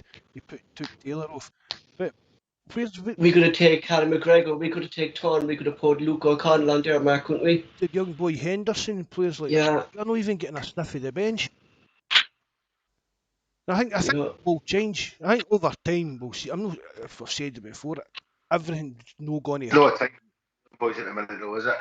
Sorry. Like you said before, it's about living for the moment at the minute. It's no case for leading young players. That'll come through coaching and integration and everything else. You know, these boys will need to bide their time and hopefully they'll get their chance because that's obviously the route should be going down. I think they will get their chance. I mean, Rome isn't built in a day. What you're saying, Celtic everything. But I think you're see like this window again is for the here and now. We need to buy for the here and now. But see, like January and next summer, and that, I think you'll see a lot more of the youth playing a bigger part as we move these kind of players on. You know what I mean? Come January, Beaton's maybe sitting there thinking, I've hardly kicked a ball for August. Do you get what I mean? I'm going to try and see if I can get a move back to Israel or something like that. But once these players, it'll take time. And you'll need to mould the squad. Get rid of these guys like Bolingoli, Beaton for me. Well, he seems to like Rogic. Maybe it's because he is Australian and kind of ally for him or what. I don't know. I think so, Mark. I think it's more so kind of an ally and knows him as a player, and he kind of wants him around the squad at the moment. I mean, you know, spoke about players and like they were saying about Welsh, how he comfortably can play against like the lower league teams and things like that, and the low teams in Europe we're playing. Could Rogic be the same type of player?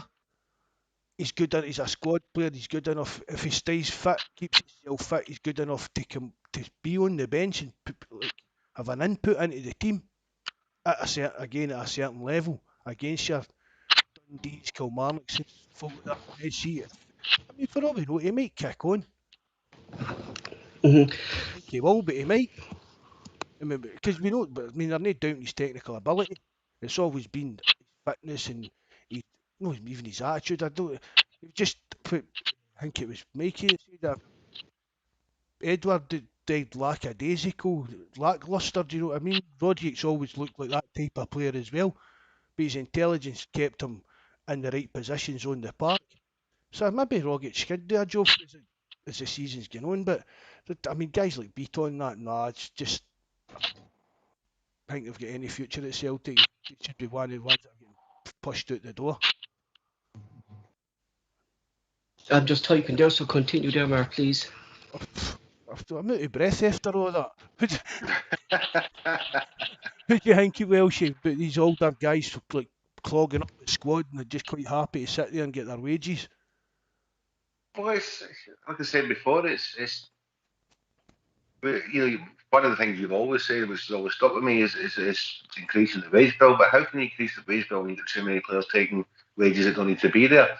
Perhaps the case of Tim in the squad and teaching the young boys and paying more for the other boys. You know,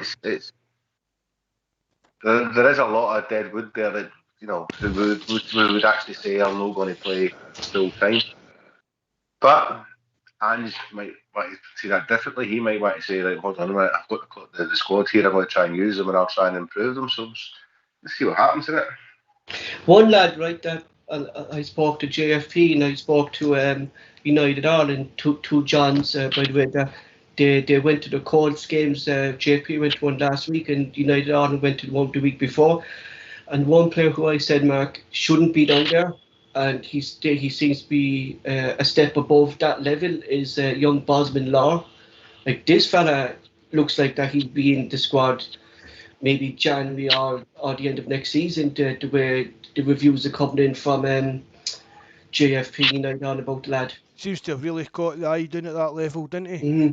Like, he seems to be not even breaking a sweat down in in centre back, like, and this lad's only 19. I spoke about Mark because I knew about him, that this lad is for Celtic to get this lad and to have him playing down there. Like, this lad must have really wanted to come to Celtic, Mark, if he's down in the Codes League at the moment. You know what I mean? Like, considering how bad we are at the back line at the moment, you know. I thought he would have been in the first team squad the way you and other people had spoke about him, Paul, when we signed him, but it's the reports we're getting and what we've read through. Yeah, He definitely looks a player, but he's a Celtic supporter, isn't he? So that yeah. played a big part in him coming up here as well. And it's going to be the same with this fella, Liam Scales. If he can, like, Liam Scales is not going to come in. He's 22. He's not going to come in to sit on the bench. Like, this fella's 6'4", but he's faster than Taylor and he's faster than Montgomery. This fella can get up and down the wing, like, you know what I mean? You know, like, just because he's Irish and people think because he played in the League of Ireland, he's not going to be up to that level. But the lad hasn't been given the chance at that level. You get me? Kevin Nisbet only plays in Scotland. Mm-hmm. They spend £5 million on him.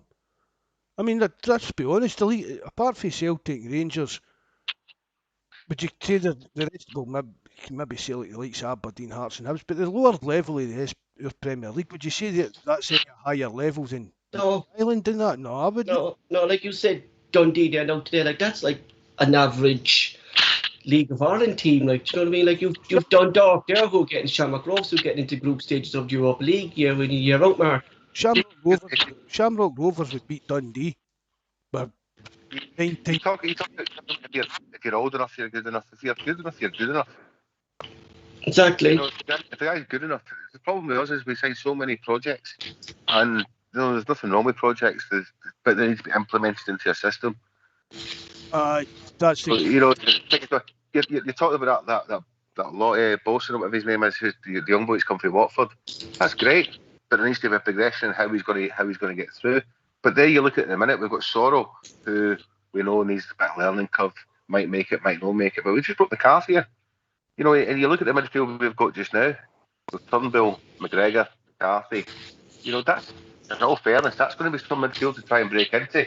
But that's where the competition should come and how the teachers should come to you know, it should be an incentive to, look, that's what you've got to be better at. Plus, back to getting them on, like, in league games against lower off, getting them on for half an hour when the game's over and done with, to give them a chance to show what they can do. That's what breeds the competition. Brian, know what I mean? If somebody snaps heels. Definitely. I mean, people would talk look at Connell for a while, and you talk about Aston Villa coming through and stuff like that. But like you said, you've just hit the nail on the head. There needs to be a point where Dundee today, 3-0 up, bring a Connell on for 25 minutes. You know, that's the type of thing. I think we started it though. I think that was the start of it though, Mark, with Ange and bringing Montgomery on for Taylor. I think we will start gradually seeing the start of that. That if the game is wrapped up, we will see our young players come in. But as you said, Mark, that was it Morrison, Mark, I think, was it Morrison, the lad, they went to Bayern Munich, I think, was this? Ryan Morrison went it. Yeah, he said like that. Somebody came on the forum as well and said the way Bayern Munich presented this, what his pathway was.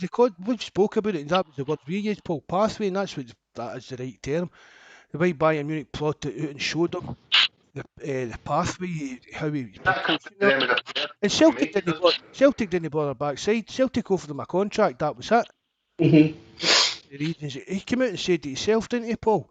He didn't see a clear path into the Celtic team, so he was just going to after the way. And then the guy he knew somebody in his family or something, went to Paul, the guy in the forum that said that what Bayern Munich, the way they presented it was like a big PowerPoint meeting with videos and graphics. That was it, and he's already gone up and let the low mark. As his fans been a bit guilty as well, whereas we could use the League Cup as a exactly. You know, like we want to win the League Cup. We just see that as not too that we want to win. Whereas if we accepted as fans that wait a minute, that's going to be the young boys' breeding ground, and that could be the pathway. But if that was implemented, and that's what we had, would they accept it? But a lot of fans. See, that's the problem, Mark. Yeah, Rangers, that's the problem. Rangers when they won the League Cup, the fans would be raging that we'd put boys in. No, but if it became a regular thing and that's how we treated it, and that's what it's going to be, then Well, you know. I would agree with you. Alex Ferguson used to do it. And it grew for there. No, I think There was no questions, Mark. Do you know what I mean? But that's the difference, Mark. I think with Celtic fans. that's Do you know what I Mikey mean? back as well. You know Mikey. that you hit the nail on the head, Mark. Because like, if Ange put out a whole new U team in a League Cup game and they lost, Celtic would be on his back. What is the difference? Like down in South, like if Alec Ferguson or even Chelsea at the moment, or like But Chelsea fans accepted that they played their youth in the League Cup. Do you know what I mean? they all do it now down in England, but it was Alex Ferguson that started because Man Yeah, United, they used to get into trouble for it and get fines. fines for it, yeah, But yeah. Alex Ferguson was just, I'll do what I want. I'm in charge of Man United. Do you know what I mean? Fine for I do what's best for Man United, Mark, but that's gone back to the reason that Callum McGregor shouldn't be playing in maybe the League Cup matches because there's no way he should be playing this season the way Ange is a manager 56 games. Do you get me? no. Do you know, there's no need for it. Like I can't see him. I honestly can't see Ange. See the way he relies on sports science and things like that. exactly, I can't. he's short Aye. to play a tie Mark, and I think that's one Ignoring where that, playing players even though the players are saying they're fine and playing well and showing that they're fit on the training field, if the sports science stuff's no what adding up, to go to look at that and say to the player, well, you've dropped this in your game, although you had a good game, you scored a goal, but you've dropped this performance level and things like that. You'll but Mark, a prime example is that is at the end of last season. We didn't see Gavin Strachan with his laptop, and a lot of us were mono. He's on his laptop again, but I think Gavin Strachan saw it's pointless him having his laptop under a manager of Neil Lennon when Neil Lennon was probably taking no notice of that kind of data that Gavin Strachan was given. But now we see that faking Gavin Strachan there the other day, the Beachland game, he was out on the sideline sitting down and showing the player come on what he needs to do on the laptop. I mean, we have a manager now who's into all this data. Do you get me? appreciates it. Yeah. Well, I honestly think that's what it was with Neil Lennon. He just didn't Mhm. entertain that side of the game. So when Gavin Strachan was telling him things, he was just it was in one ear and out the other. Yeah. You know, because like if the data's in front of you that your players are tiring, sure it's because you're going to take them off, but that wasn't under the management of Neil Lennon. Do you know what I mean? You know, we had it like we had all these systems in place when Ronnie Doyle came in after Neil Lennon. Ronnie Doyle implemented it. Brendan Rodgers improved it. And then we just scrapped it again by bringing in Lee Lennon. And now basically Yeah, you have. we're starting from scratch again. You're What? in trouble. Can You papped it. I'm just saying, that Billy the other night here on the Discord. Oh, the fella Billy, is it? Aye, you papped it. You papped it one of yours. Oh, Sorry, I'm just catching up in the chat there just now. are you back there, Mikey? Yeah, I'm back, yeah. So like, What do you think of that about this? Like McGregor playing so many games and things like that. Like you say, even if he's telling the manager that he wants to play, it's not really his decision. Like the manager needs to take it out of his hands, and like this would have been a perfect game. Like you say, it's 4-0 up or whatever it was right after the half, just to make a few changes. I think the telltale sign was when they took off Greg Taylor for the young guy. Was it Montgomery? mm-hmm. I personally think that Postecoglou isn't happy with Taylor at all, and I think he was just trying the young guy to see his possible starter over Taylor just now. I think you maybe Personally, definitely think he looked at Taylor and thought this isn't. It's no working. Whether it's going to work moving forward, but it's definitely no working the now. yeah, I seen that as a funny kind of move that, and people say, "Oh, it's just giving the young guys a chance," but yeah, I just didn't think he fancies Taylor at all. But that's what I mean. But like, it's giving them the chance, and it's up to them then to take it. But see if they're sitting and no getting their chance, that's why we're losing all these young players. Mm-hmm. Would you? Like you say, they're just happy for them. Oh, what was that? Luke O'Connell. Like you say, there needs to be opportunities for them. I mean, Montgomery must have looked at Taylor and thinking, I've got a chance here. Well, at the moment, though, Mark, right, you're looking at your left back position, right? You have Taylor, right? We still have Bongoli in our ranks, and you've Montgomery, all right? So there's 3 people in that position, right? Who, at the moment, we don't know if Ange races any of them, all right? So if we're going to bring in someone there, right, into that section, right, who's going to be second in line after we bring in a new left back? Is it going to be Montgomery? Because if it's not Montgomery, he needs to be loaned out, Mark. Or is it going to be Taylor? But someone has to go there, and it's either going to be Taylor or Bongoli. Said last season, You said that, Mark. You said that. I wouldn't like to see Montgomery fall out of the first team. He would Exactly. go out on loan, and Taylor would be up. Exactly. I remember going to. But I remember going to Livingston away on a Wednesday night. I was watching Taylor. It was just because normally where I'm in the ground, you're not quite close to the left back, and I watched Taylor at close hands, because it's small ground at Livingston.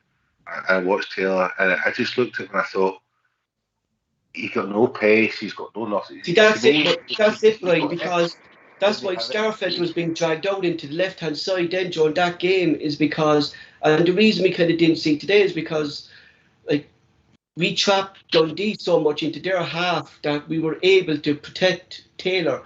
But if you're up against a good team, Starfelt again is going to be put out into the left-hand side, Mark. That's going to leave us open.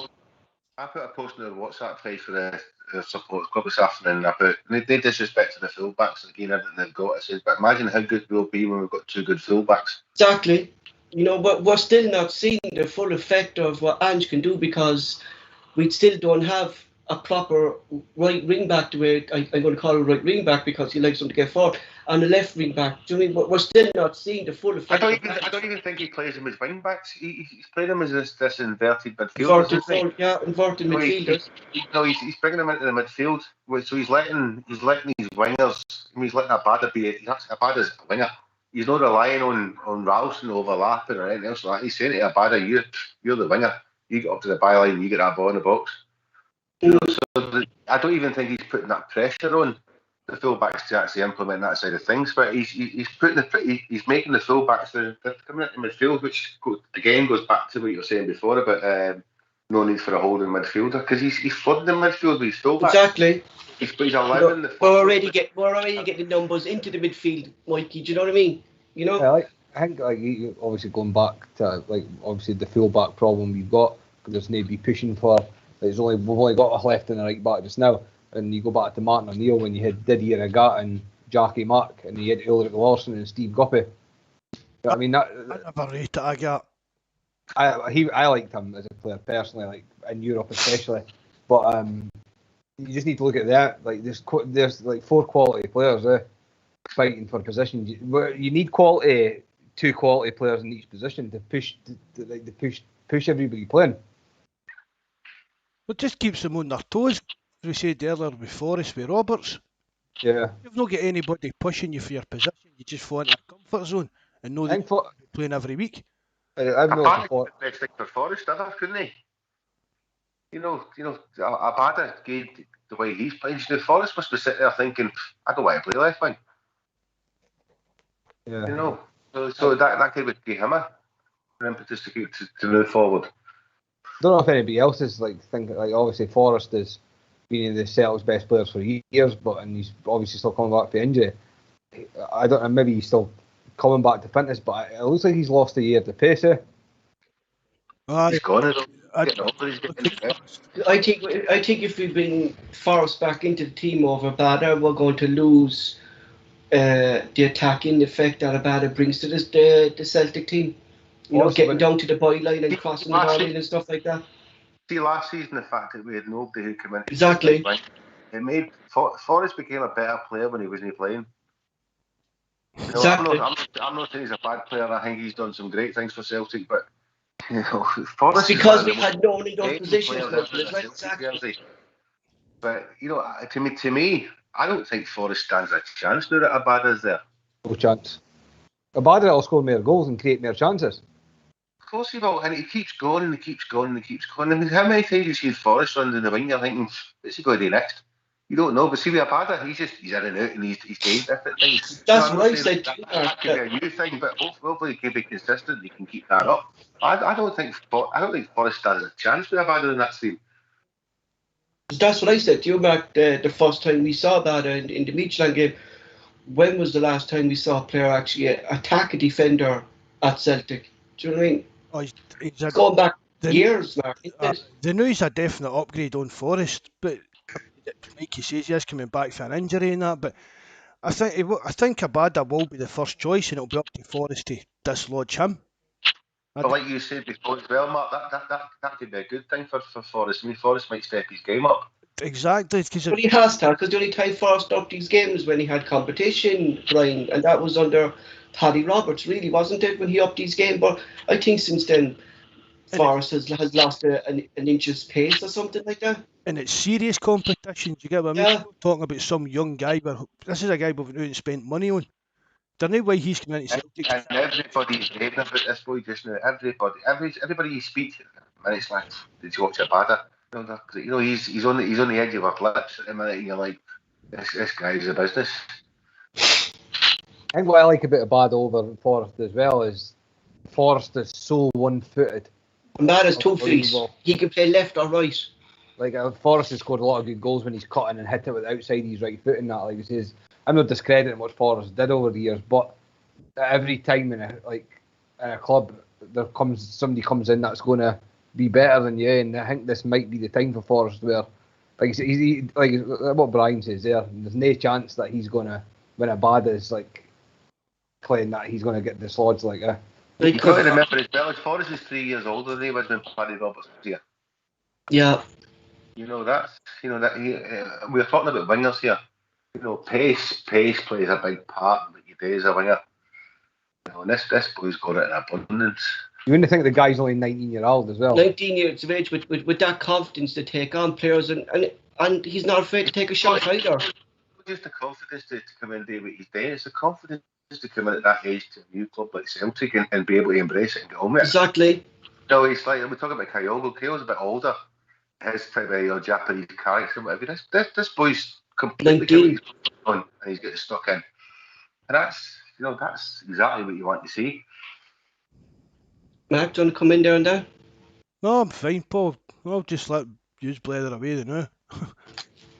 You know, but do we need a new striker still, or is Kyogo going to be the number one striker? Can you see him slotting into that role? Definitely want a new striker, 100%. Again, you know, we talk about competition. We need competition. Do you see him, though? Do you see Brian? And I come through the same question. Do you see Kyogo maybe being on the left-hand side or being more central? Because I think maybe in the left that he's more freedom to kind of roam the pitch, or. It's early doors. I mean, but look at them last couple of games. To me, he looks like one of these players that just wants to get involved. Yeah. I think it'd be a shame to pigeonhole him on the left-hand side or the right-hand side. He's either a centre forward or a number 10. He's not a left winger. He's not a right winger. He needs to be in amongst what's happening in the middle of the park. Or maybe does he get is he type of player that maybe Andrew give a free roll to, Brian? I think, like I said at the start of the show, I think that the way he wants to play is interchangeable. Mm-hmm. You know, it's you know, it just, to me, it's been refreshing to see a centre forward who wants to come get the ball, who wants to go win the ball, he's just not waiting for things to happen. Yeah, exactly. And it's great to see. You know, as you got Abada, you got him. There's definitely pace up front, which there's no hurry. You watch Edward. All right, you give him the ball at his feet. You can beat 2 or 3 players, and he can make something out of nothing. Dembele was the type of player you put the ball in the box and he'll win it because he was a powerhouse. Whereas Kyogo was the type of player who's like, I'm going to move. He'll make his own space. Exactly, and he's going to put defenders out as well and make more space as well for others as well. Mike Linty. Yeah, like you say, I'm just happy tonight. Yeah.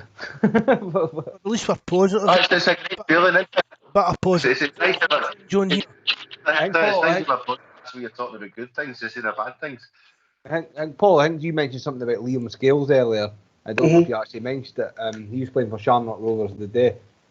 He actually scored a last-minute winner, and against the team to win 1-0, and he was basically greeting the fans like he scored it along for town. Like this fella gets up in the box like for 6'4", like he gets up in the box like this fella can run like. He scored in the 5 minutes out of the time for Shamrock Rovers to win 1-0 today, and at the end of the game he was obviously in the middle of the picture saying thanks to the fans and waving to them. So it looks like he's away. Hopefully it is to Celtic, but that looks like it was his last game and it was an important goal. The thing that gets me, like, and it does happen a lot, would say, oh, he's Irish, he's another Celtic fan. Like, that shouldn't matter. Do you know what I mean? Fair enough, he's Irish, but like, if he's good enough, he's good enough. Thinks he said it there, lads. Like, it doesn't matter what league he's playing in. Like, you know what I mean, if he's good enough to play for Celtic. And obviously Celtic actually see something in this fella. Do you know what I mean? I was told like that Man City were looking at him, and in January Bristol City have put in a bid for him as well as I don't. They're not the Premier League club. Advantage though, if he's Irish and a Celtic supporter, then we should be the ones at the forefront to bring him in. Exactly. If he's good enough, he'll play. It's not a remit for being able to play for Celtic, but it's a remit for being able to attract him. Exactly. Like the thing that Celtic fans have been saying is because Dermot Desmond is linked to Shamrock Rovers, and that's the reason Celtic. If Celtic have to use Dermot Desmond to get this lad in, use him. Do you know what I mean? It doesn't matter who you use to get this lad in, him in. Like, but see, even with people are coming out with that, and I think they're over egging how much say and control Dermot Desmond's got. He has 25%, Mark. All he has is 25%. But they know 50% owned by the fans. And then another. Yes, exactly, Mark. Yes. He owns so much, but he's like the voice of the fans group or something like that. Yeah, it's the fans that own Sam Rovers. Right. Dermot Desmond's he's not going to spend money he doesn't need to. So Celtic buying this player would just be him. If it was some kind of dodge to give Shamrock Rovers money, would they not be taking money off of another club rather than take money out of Celtic to give to them? If it was kind of just try to help out Shamrock Rovers financial difficulties. So basically, we're talking thousands here, no millions, aren't we? But we're talking thousands, no millions. Exactly. You know what I mean? It's the money side of things, you know. And I think Terence. If that is the case, then so be it. But if the guy's good enough to come to Celtic, get him in.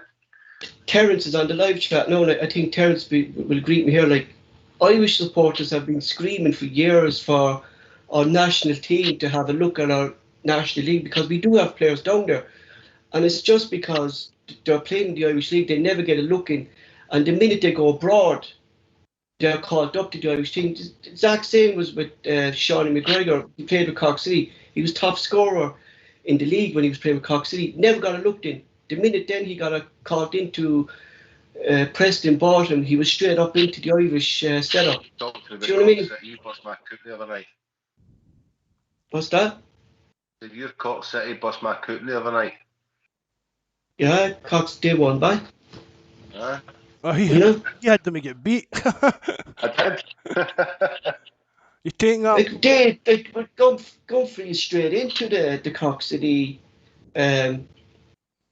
team since he came to Celtic. He's been straight into this lad Gumphrey that signed from Celtic. I didn't. Yeah, but he's only 1 year left in his contract.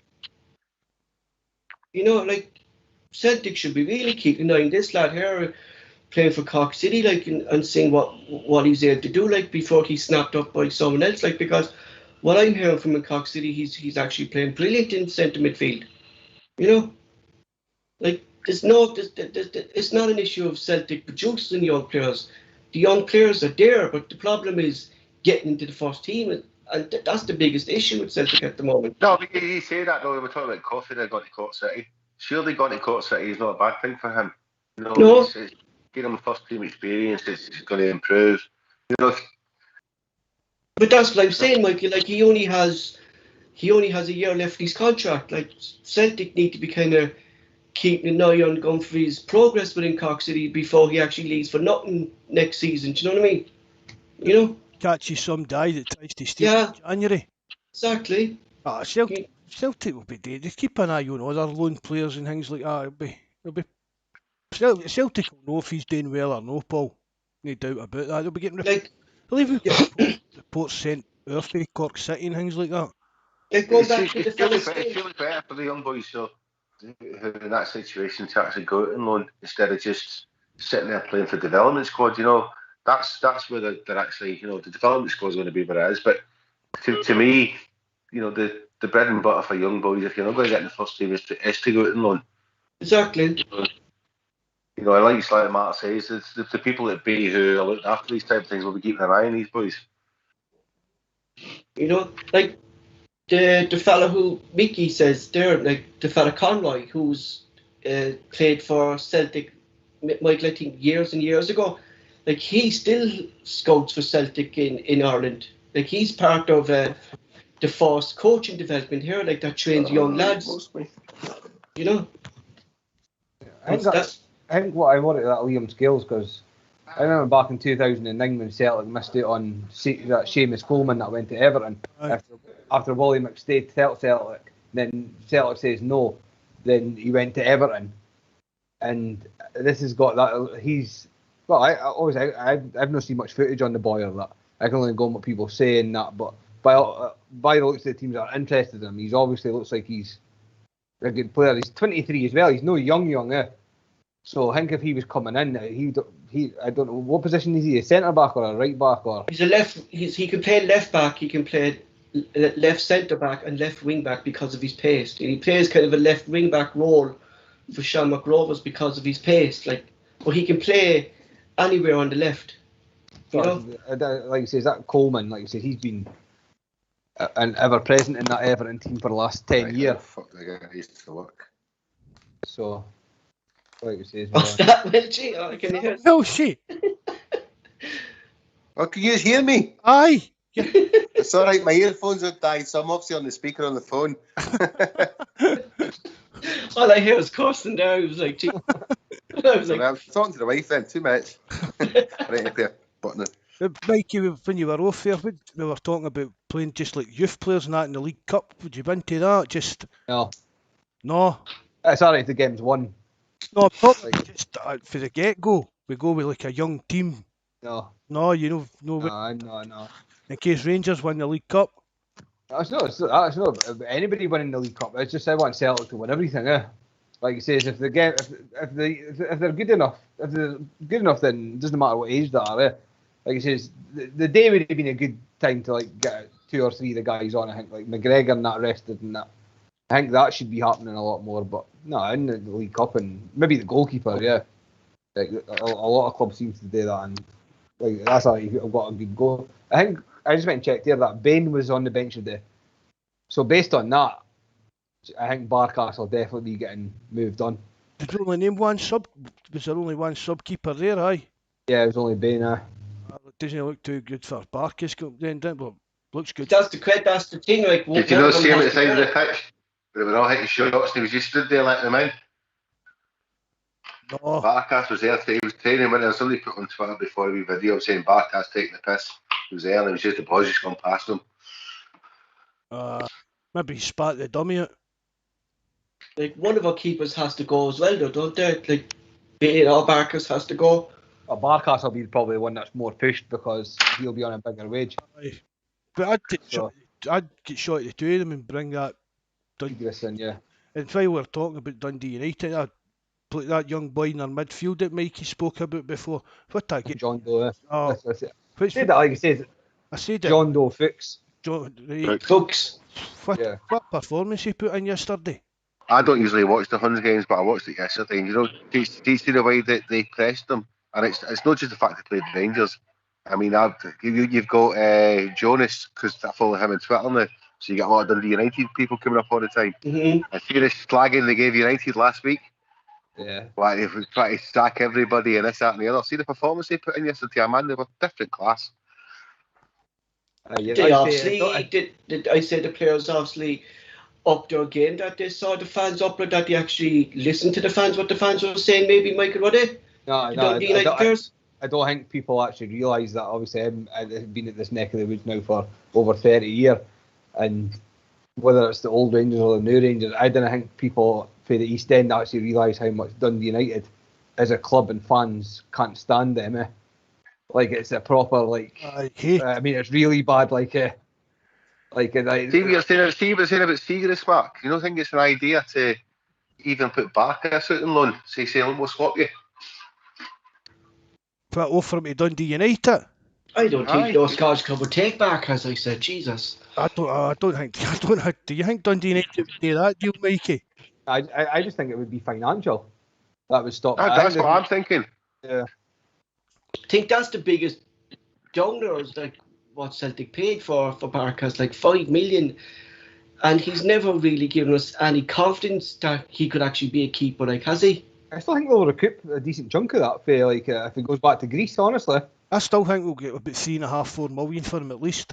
Yeah, just because, and I've said it before. But look, It just didn't work out, Mark, didn't it? we'll check up on Barkas, and he'll be in a couple of years' time, and he'll be probably get back into the Greek squad and things like that. I wouldn't be surprised if we end up playing against him in a few years' time, getting in the Marcus qualifiers. says if one lad that seems to be scoring goals since he left Celtic, and I would think he would have fitted into Ange's thing as Camilla.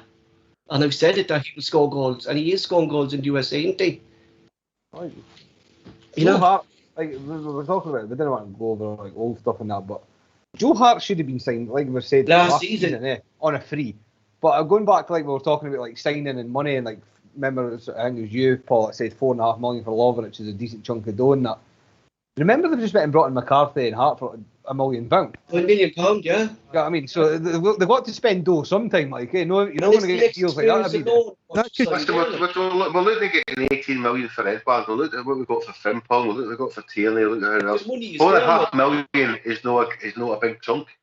No. You know when you've got a guy scoring basically a goal every 2 games for the win, along with his like, assist. You know, and let's not kid myself. You buy somebody for £4.5 million, he comes in, scores 30 goals for Celtic. He fits the remit of moving on. I wasn't meaning a bit. It was me that said it was a big chunk. I know there's beasts knowing there's money there, talking about who was the money. I'm just saying it is a big chunk to put out if they're not relying, but they're waiting on Edward getting out the door and Christie to get out the door, clear wages up and things like that. But surely he fits the remit of the model Celtic are going to be. I mean, let's not make no bones about it. We're a selling club. Mm-hmm. You know, but I mean, I always will be for new. You know, so £4.5 million for a boy. He comes in here, scores 30 goals for Celtic, does the business for a season or two, and he earns his 20 million. Do you think so that maybe Edward and Christie, the uncertainty of their future is holding up maybe us bringing in an extra forward and maybe an extra left back, because not left back side, a left winger, that's why we haven't signed some of these positions, that we still don't know that if these fans I don't think that should be holding us up, because I think it's a no-brainer that Eddie's going. The money's coming in for Eddie no matter what. You might talk, Christie might be one of them that you're not sure what we're going to get from him or whatever he's going to see, but he's a free one after April. But the fact is, there's money coming for Aya. There's money. Edward's going. So it's how we invest that money. You look at that puzzle the other day. Talking about Jack Grealish and how they knew he was going, so they're investing the money. That's what we should be doing. How we've not done that already with Aya, that we had Starfelt already in the door when Aya left, like things are starting to change us. Like, but why is it always a case of selling somebody for 10 and replacing it for 2? You know what I mean? Celtic's reactive rather than proactive. We react, you know what I mean? But we'll sell Aya, Aya, the deal's nearly finished, so we'll spend money and get somebody else in. Instead of being proactive and saying, right, Aya's going, so we need a centre back, and we bring him in as soon as the window's open with the deal lined up. That could be the problem at the end of the transfer window when these lads leave for not, and we actually don't have a proper replacement in for any of the two of them. Like, you know what I mean? You know. The old adage was we spent 5 million on 3 projects. Yeah. You know, it's Mikey. Lovrich. Aye. He's on like under $5,000 a week. Oh no. Yeah, like he says. Obviously, I'm not wanting to play down the Croatian league because Dynamo Zagreb and that are all. They're not the richest, the quality. No, he's not on big money at all. That's what I mean. I think he's did everything possible to try and get the move to Celtic. He's followed them on our socials. He's came out and said that he walked to Celtic to play. Maybe these guys aren't naive either. They know it's a stepping stone. Maybe we are just waiting on again, like we were with Starfelt, with everything getting rubber stamped and that. I mean, again, he'll need to apply for work permits and that to get into the country. Oh, this adds on to time. I'm not making excuses for him, but if he's following Celtic on social media and things, that's kind of usually a telltale sign, isn't it? That there's something in the pipeline. It means nothing until he's on Wikipedia singing up the rap. With you. I'm just reading up on the match report as well. Postecoglou say the Sky, whoever was asking the question at Sky the day after the match, that asked them about the small. There was one. The reporter said to Postecoglou that what he thought of the small blip in the 6-0 victory regarding Abada and Edwards fighting over the penalty, and his reply was, "Oh, you found one. You've done well to find the blip today." See, that's what you want. That's what you want for your Celtic manager. Because no matter what, there we won the day at Hump Day, and they're still digging away a stupid wee negative. As I'm just watching this thing there about Barkas there, he said in the warm-up, William posted there on the live chat there he has on Discord, and basically it's the Celtic players just taking shots and the balls are just flying past him. He's not even moving from it. That's what I was on about before. Jesus Christ, like he's just... Taking back what we were saying there about getting Hart and McCarthy for £1 million, see, that could prove to be one of the shrewdest bits of transfer business in Celtic's history. I think so, Mark, that because... could be up there with like you're signing the Larson for 650,000 and things like that. It really could.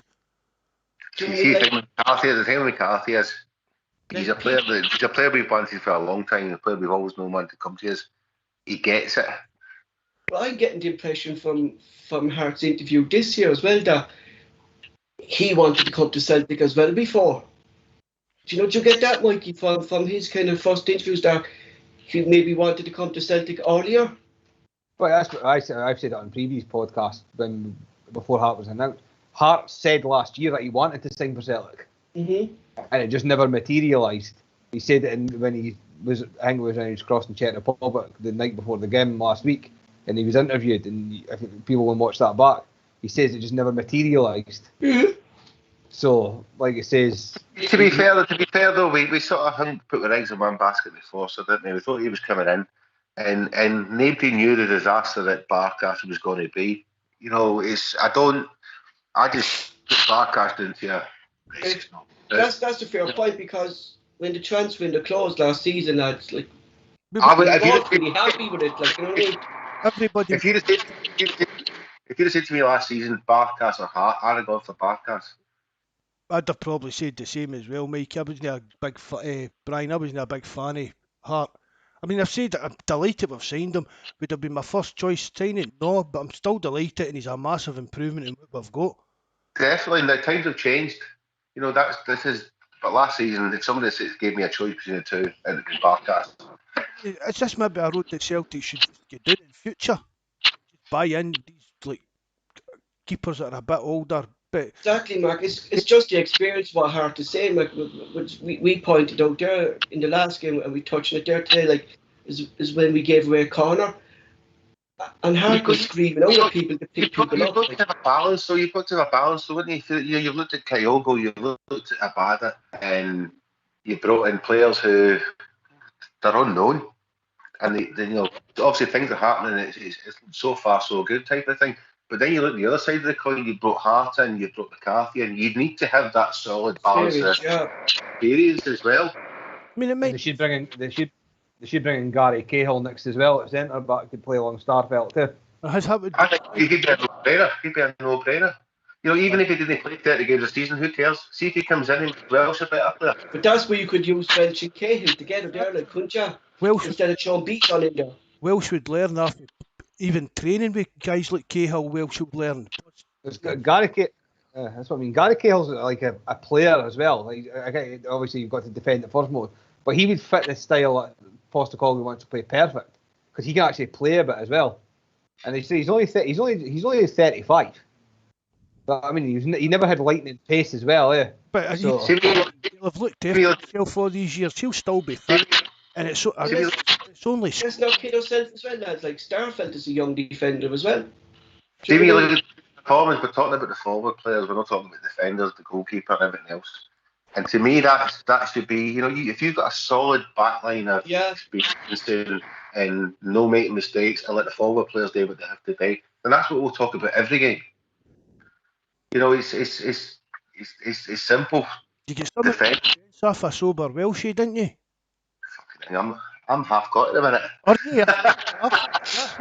Oh, do you know something? I get sick of drinking Ribena, so I told you that pour me some vodkas. But it's true, though, isn't it? You know, you defenders, you don't want to be talking about your defenders. Talking about your defenders and something wrong.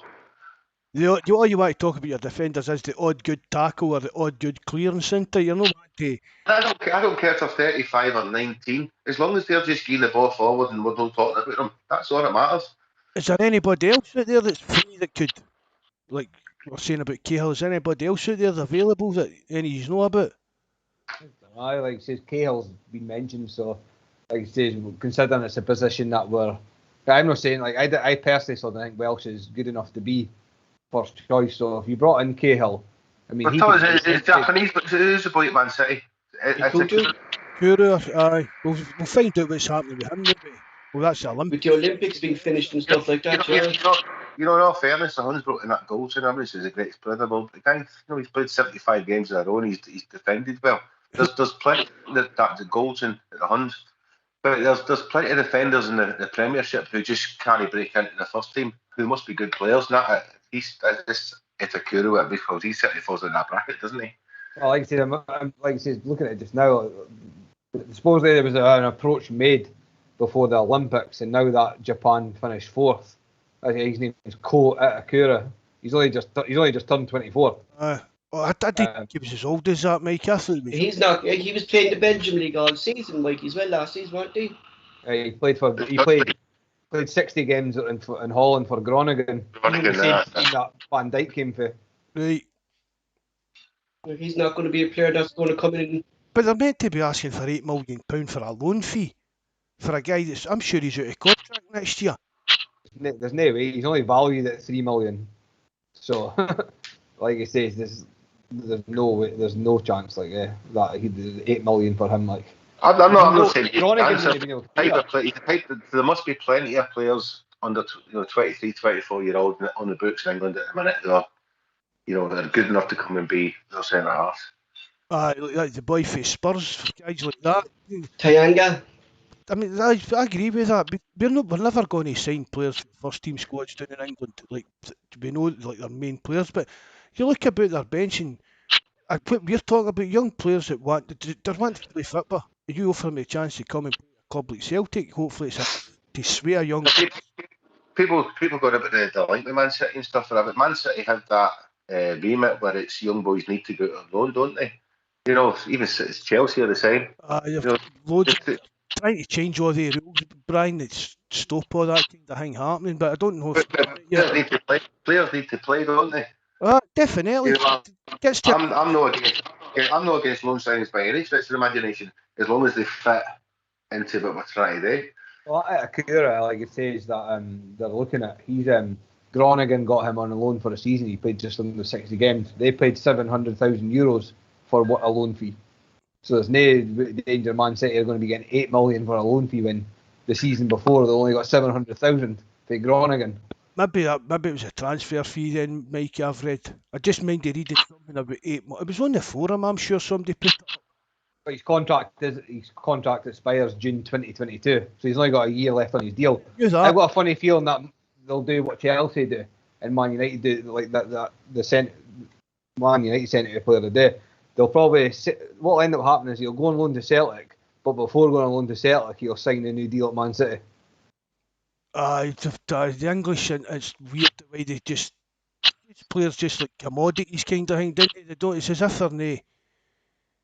Like I say, if it is a loan deal, then the only loan deals that are acceptable as long as there's an option to buy and the deal's in place. If there's no an option to buy at the end of it, then there's no point. No, exactly. And again, I've said it before, when it comes to loans, you don't, guys like Robbie Keane, Craig Bellamy, and that, somebody that's going to really, really make a difference to your team. And if, like you say, that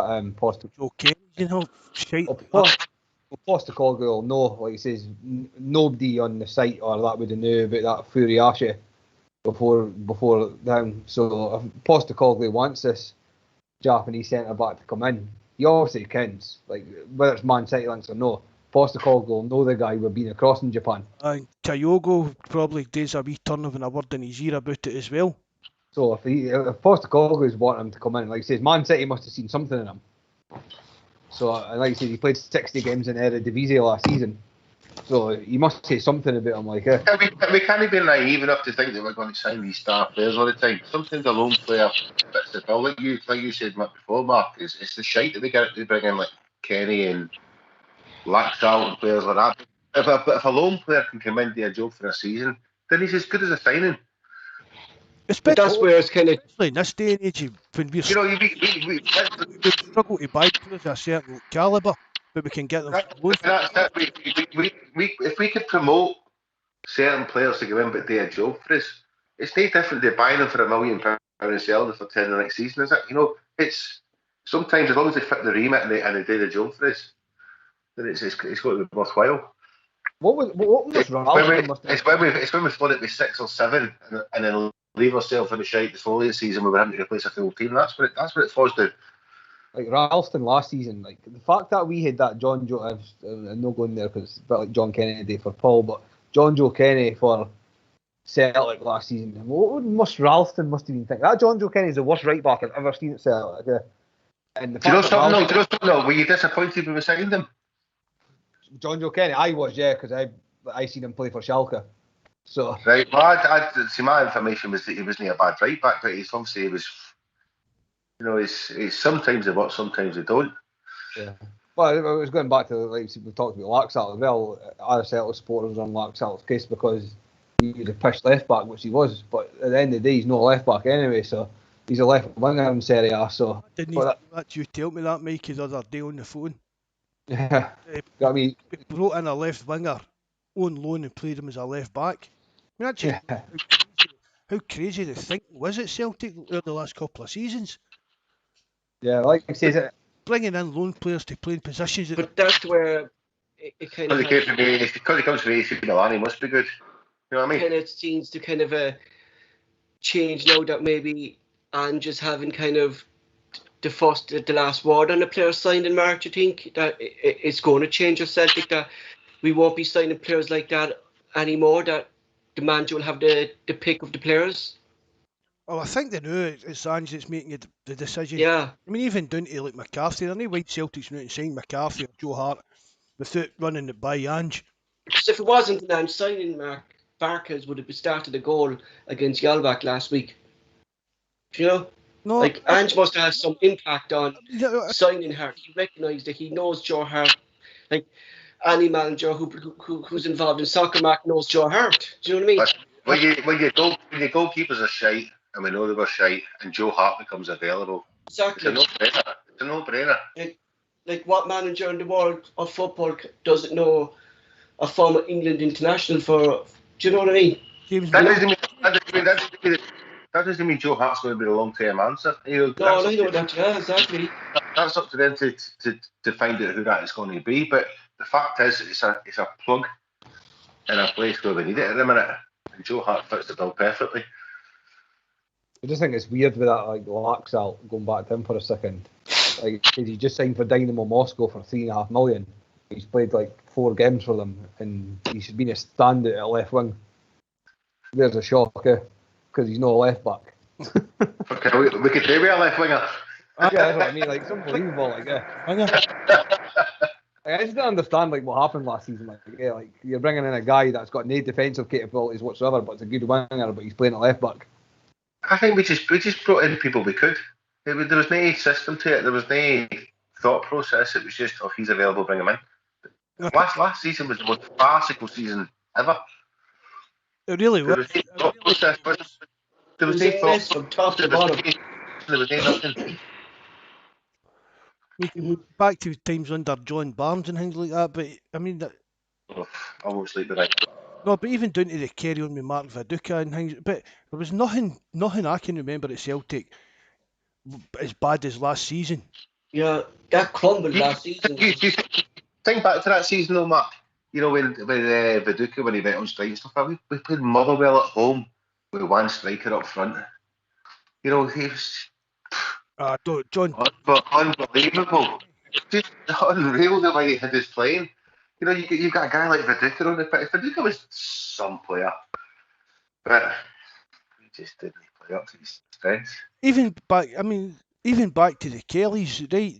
Club. It was run reasonably well for years, and then it went tits up and that. But for where Celtic came from last year, to me, that makes it even worse than anything the Kellys done.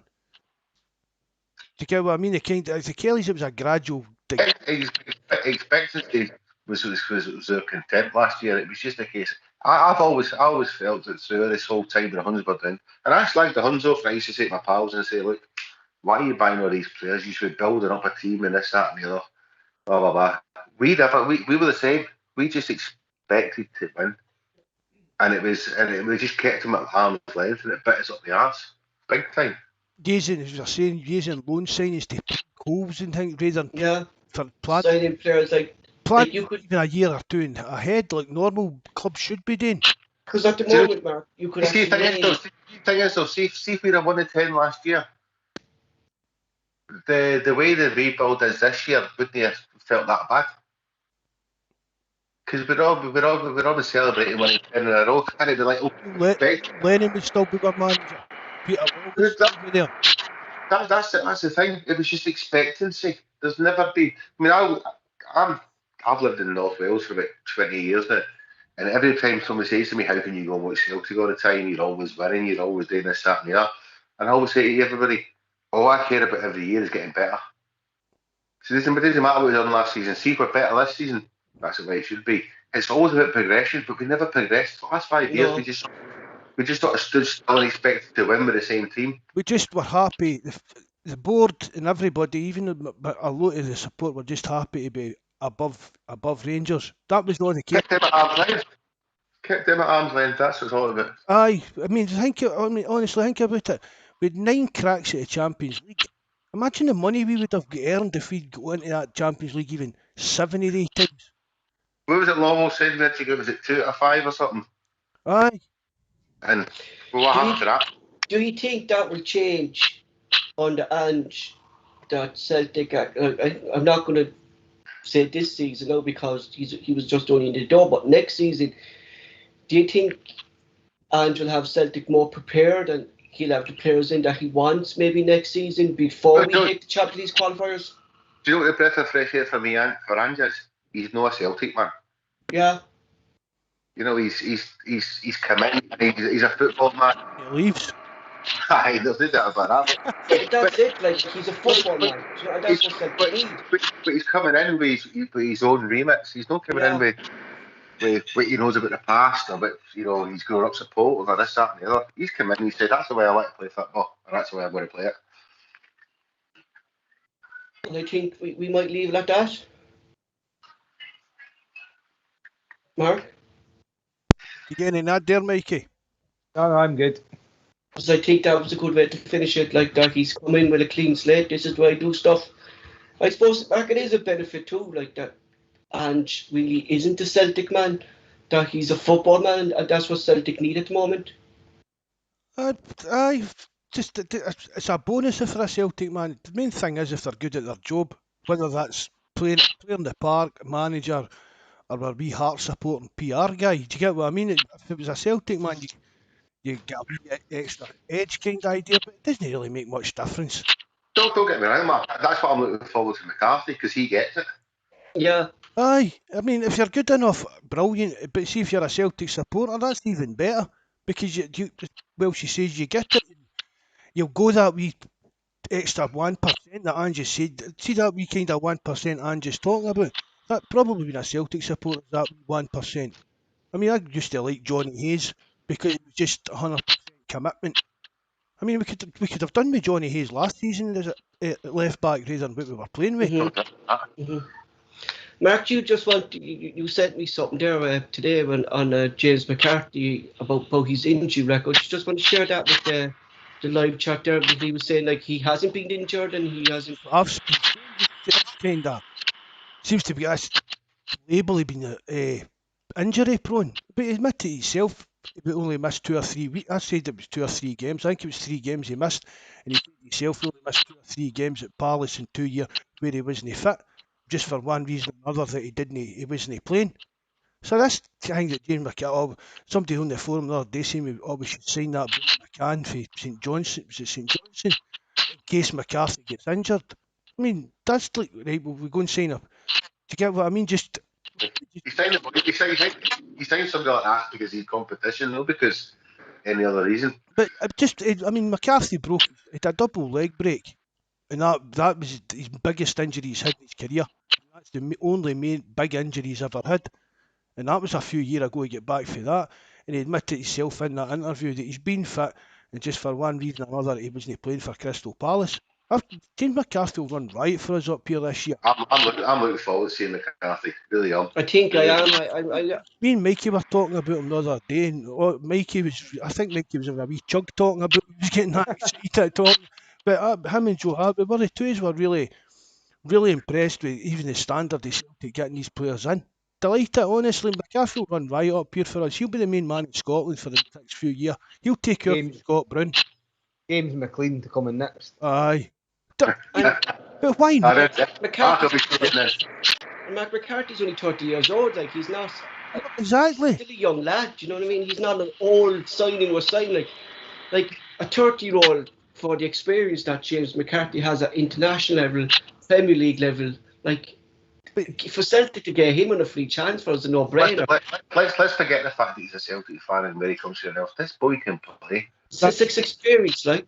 That's, you know, Brian, he can play. We know that he is a cracking player, and he will take care for Scott Brown has been the best midfielder in Scotland, up without the kind of cheeky, chappy personality side. But on the park, I mean, people were on there slagging his interviews and that. I don't care how he talks.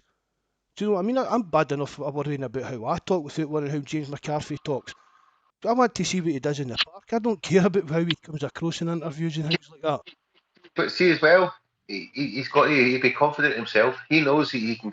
He's quiet but he's self-confident. Yeah, the thing is, he's not come up as a 23, 24-year-old when he was at the so-called peak of his career. He's 30-year-old. He's come in. He wouldn't be coming here if he never think he could do it. Exactly. Honestly, that could be one of the best signings we'll make this season, because it could really bring a kind of certain the experience and the calmness in that to the midfield. And players, that we've said it earlier, players will learn off guys like McCarthy and Joe Hart. He will make McGregor a better player. Aye. Of course he will, because he'll be taking the experience things off McGregor as well. Like that, McGregor can push forward more as well, knowing that freaking James McCarthy is there. Like, do you know what I mean? He's not just an enforcer in the midfield. The boy can play. Yeah. You know, like I remember, like for years, like I said, Mark, that the commentary here were always kind of bitching about James McCarthy, like what does he bring? But when James McCarthy then didn't play for all, the teams were just walking through us. Do you know what I mean? We didn't have players who could pick out that pass that James McCarthy did, or break up the play or slow the game down when it was needed to be slowed down. You get me, Brian? You know? Aye. You know, that's what we don't have at the moment. Someone to take a grip of the game when it needs to be slowed down the game, or do you know what I mean? Up the tempo when the tempo needs to be. Do you know, someone who can read the game that way, and that's what the experience James McCarthy would bring to Celtic. You know, He could be one of the players you don't talk about. You know, he just does the simple things, plays football, knocks it on. You're looking at Kyogo, you're looking at Abada, you're looking at players going forward and what have you. We spoke about it before. We don't want to talk about defenders and goalkeepers and holding midfielders and what have you. You want players who could just, you go and do your thing. You go and do your thing. And he's one of them. He'll make players do their thing. Mm-hmm. I think Joe Hart's the same, like he says, the experience that the two of them bring as well. And just playing, like he says, in the big games that they played in. And Joe Hart, like he says, he was back at Man City when everything was going on. Champions League, this and that, and England and World Cups and that. And just to hear that experience in the team alone. Michael, these are players where you're 1-0 down who won't stand for it. Exactly. You know what I mean? They're not just put up with, keep trying. These are players that'll get on with this. Get into them. it goes back to that funny like video clip of Joe Hart when he's screaming at the ball boy to get the effing ball back. You know what I mean? He's going even like at things like that. He's just passionate about it. I'm gonna watch that page with a few boys that I play cards with and stuff like that, and most of them are Man United fans. But one of them, he's a staunch Man City fan, and they were talking about you're the best English goalkeepers. We have a laugh and joke to say we've not had one for years. And one of the boys he texted me the other day. He says, "You just got yourself some goalkeeper." He says because he's not quiet. He gets stuck in. He kills players with today, and that's what we want. Winners. They're winners. Exactly. You don't accept second best. You're right. They're winners. We leave it at that. So lads for tonight. Thanks to Brian and Michael, viewing the live chat for coming on. This show was sponsored by Manscaped Grooming for Men. Mark will now close the show. Thanks very much, Paul. Thanks very much, Welshy and Mikey, for coming on again. Pleasure. Great. No problem. Chewing the fat and the blether wages. Thanks everybody for joining us the live chat. It's really appreciate it. And remember, hit the subscribe button and the like button. Hopefully we'll have somebody a wee bit of a special guest to come on and maybe talk about some of this Celtic shared stuff in the next podcast and the protest things and that. Something we're working on, so hopefully that comes off and you'll enjoy that. Right, so good night lads, God bless and thanks again for all your support. Hail, hail. Hail, hail.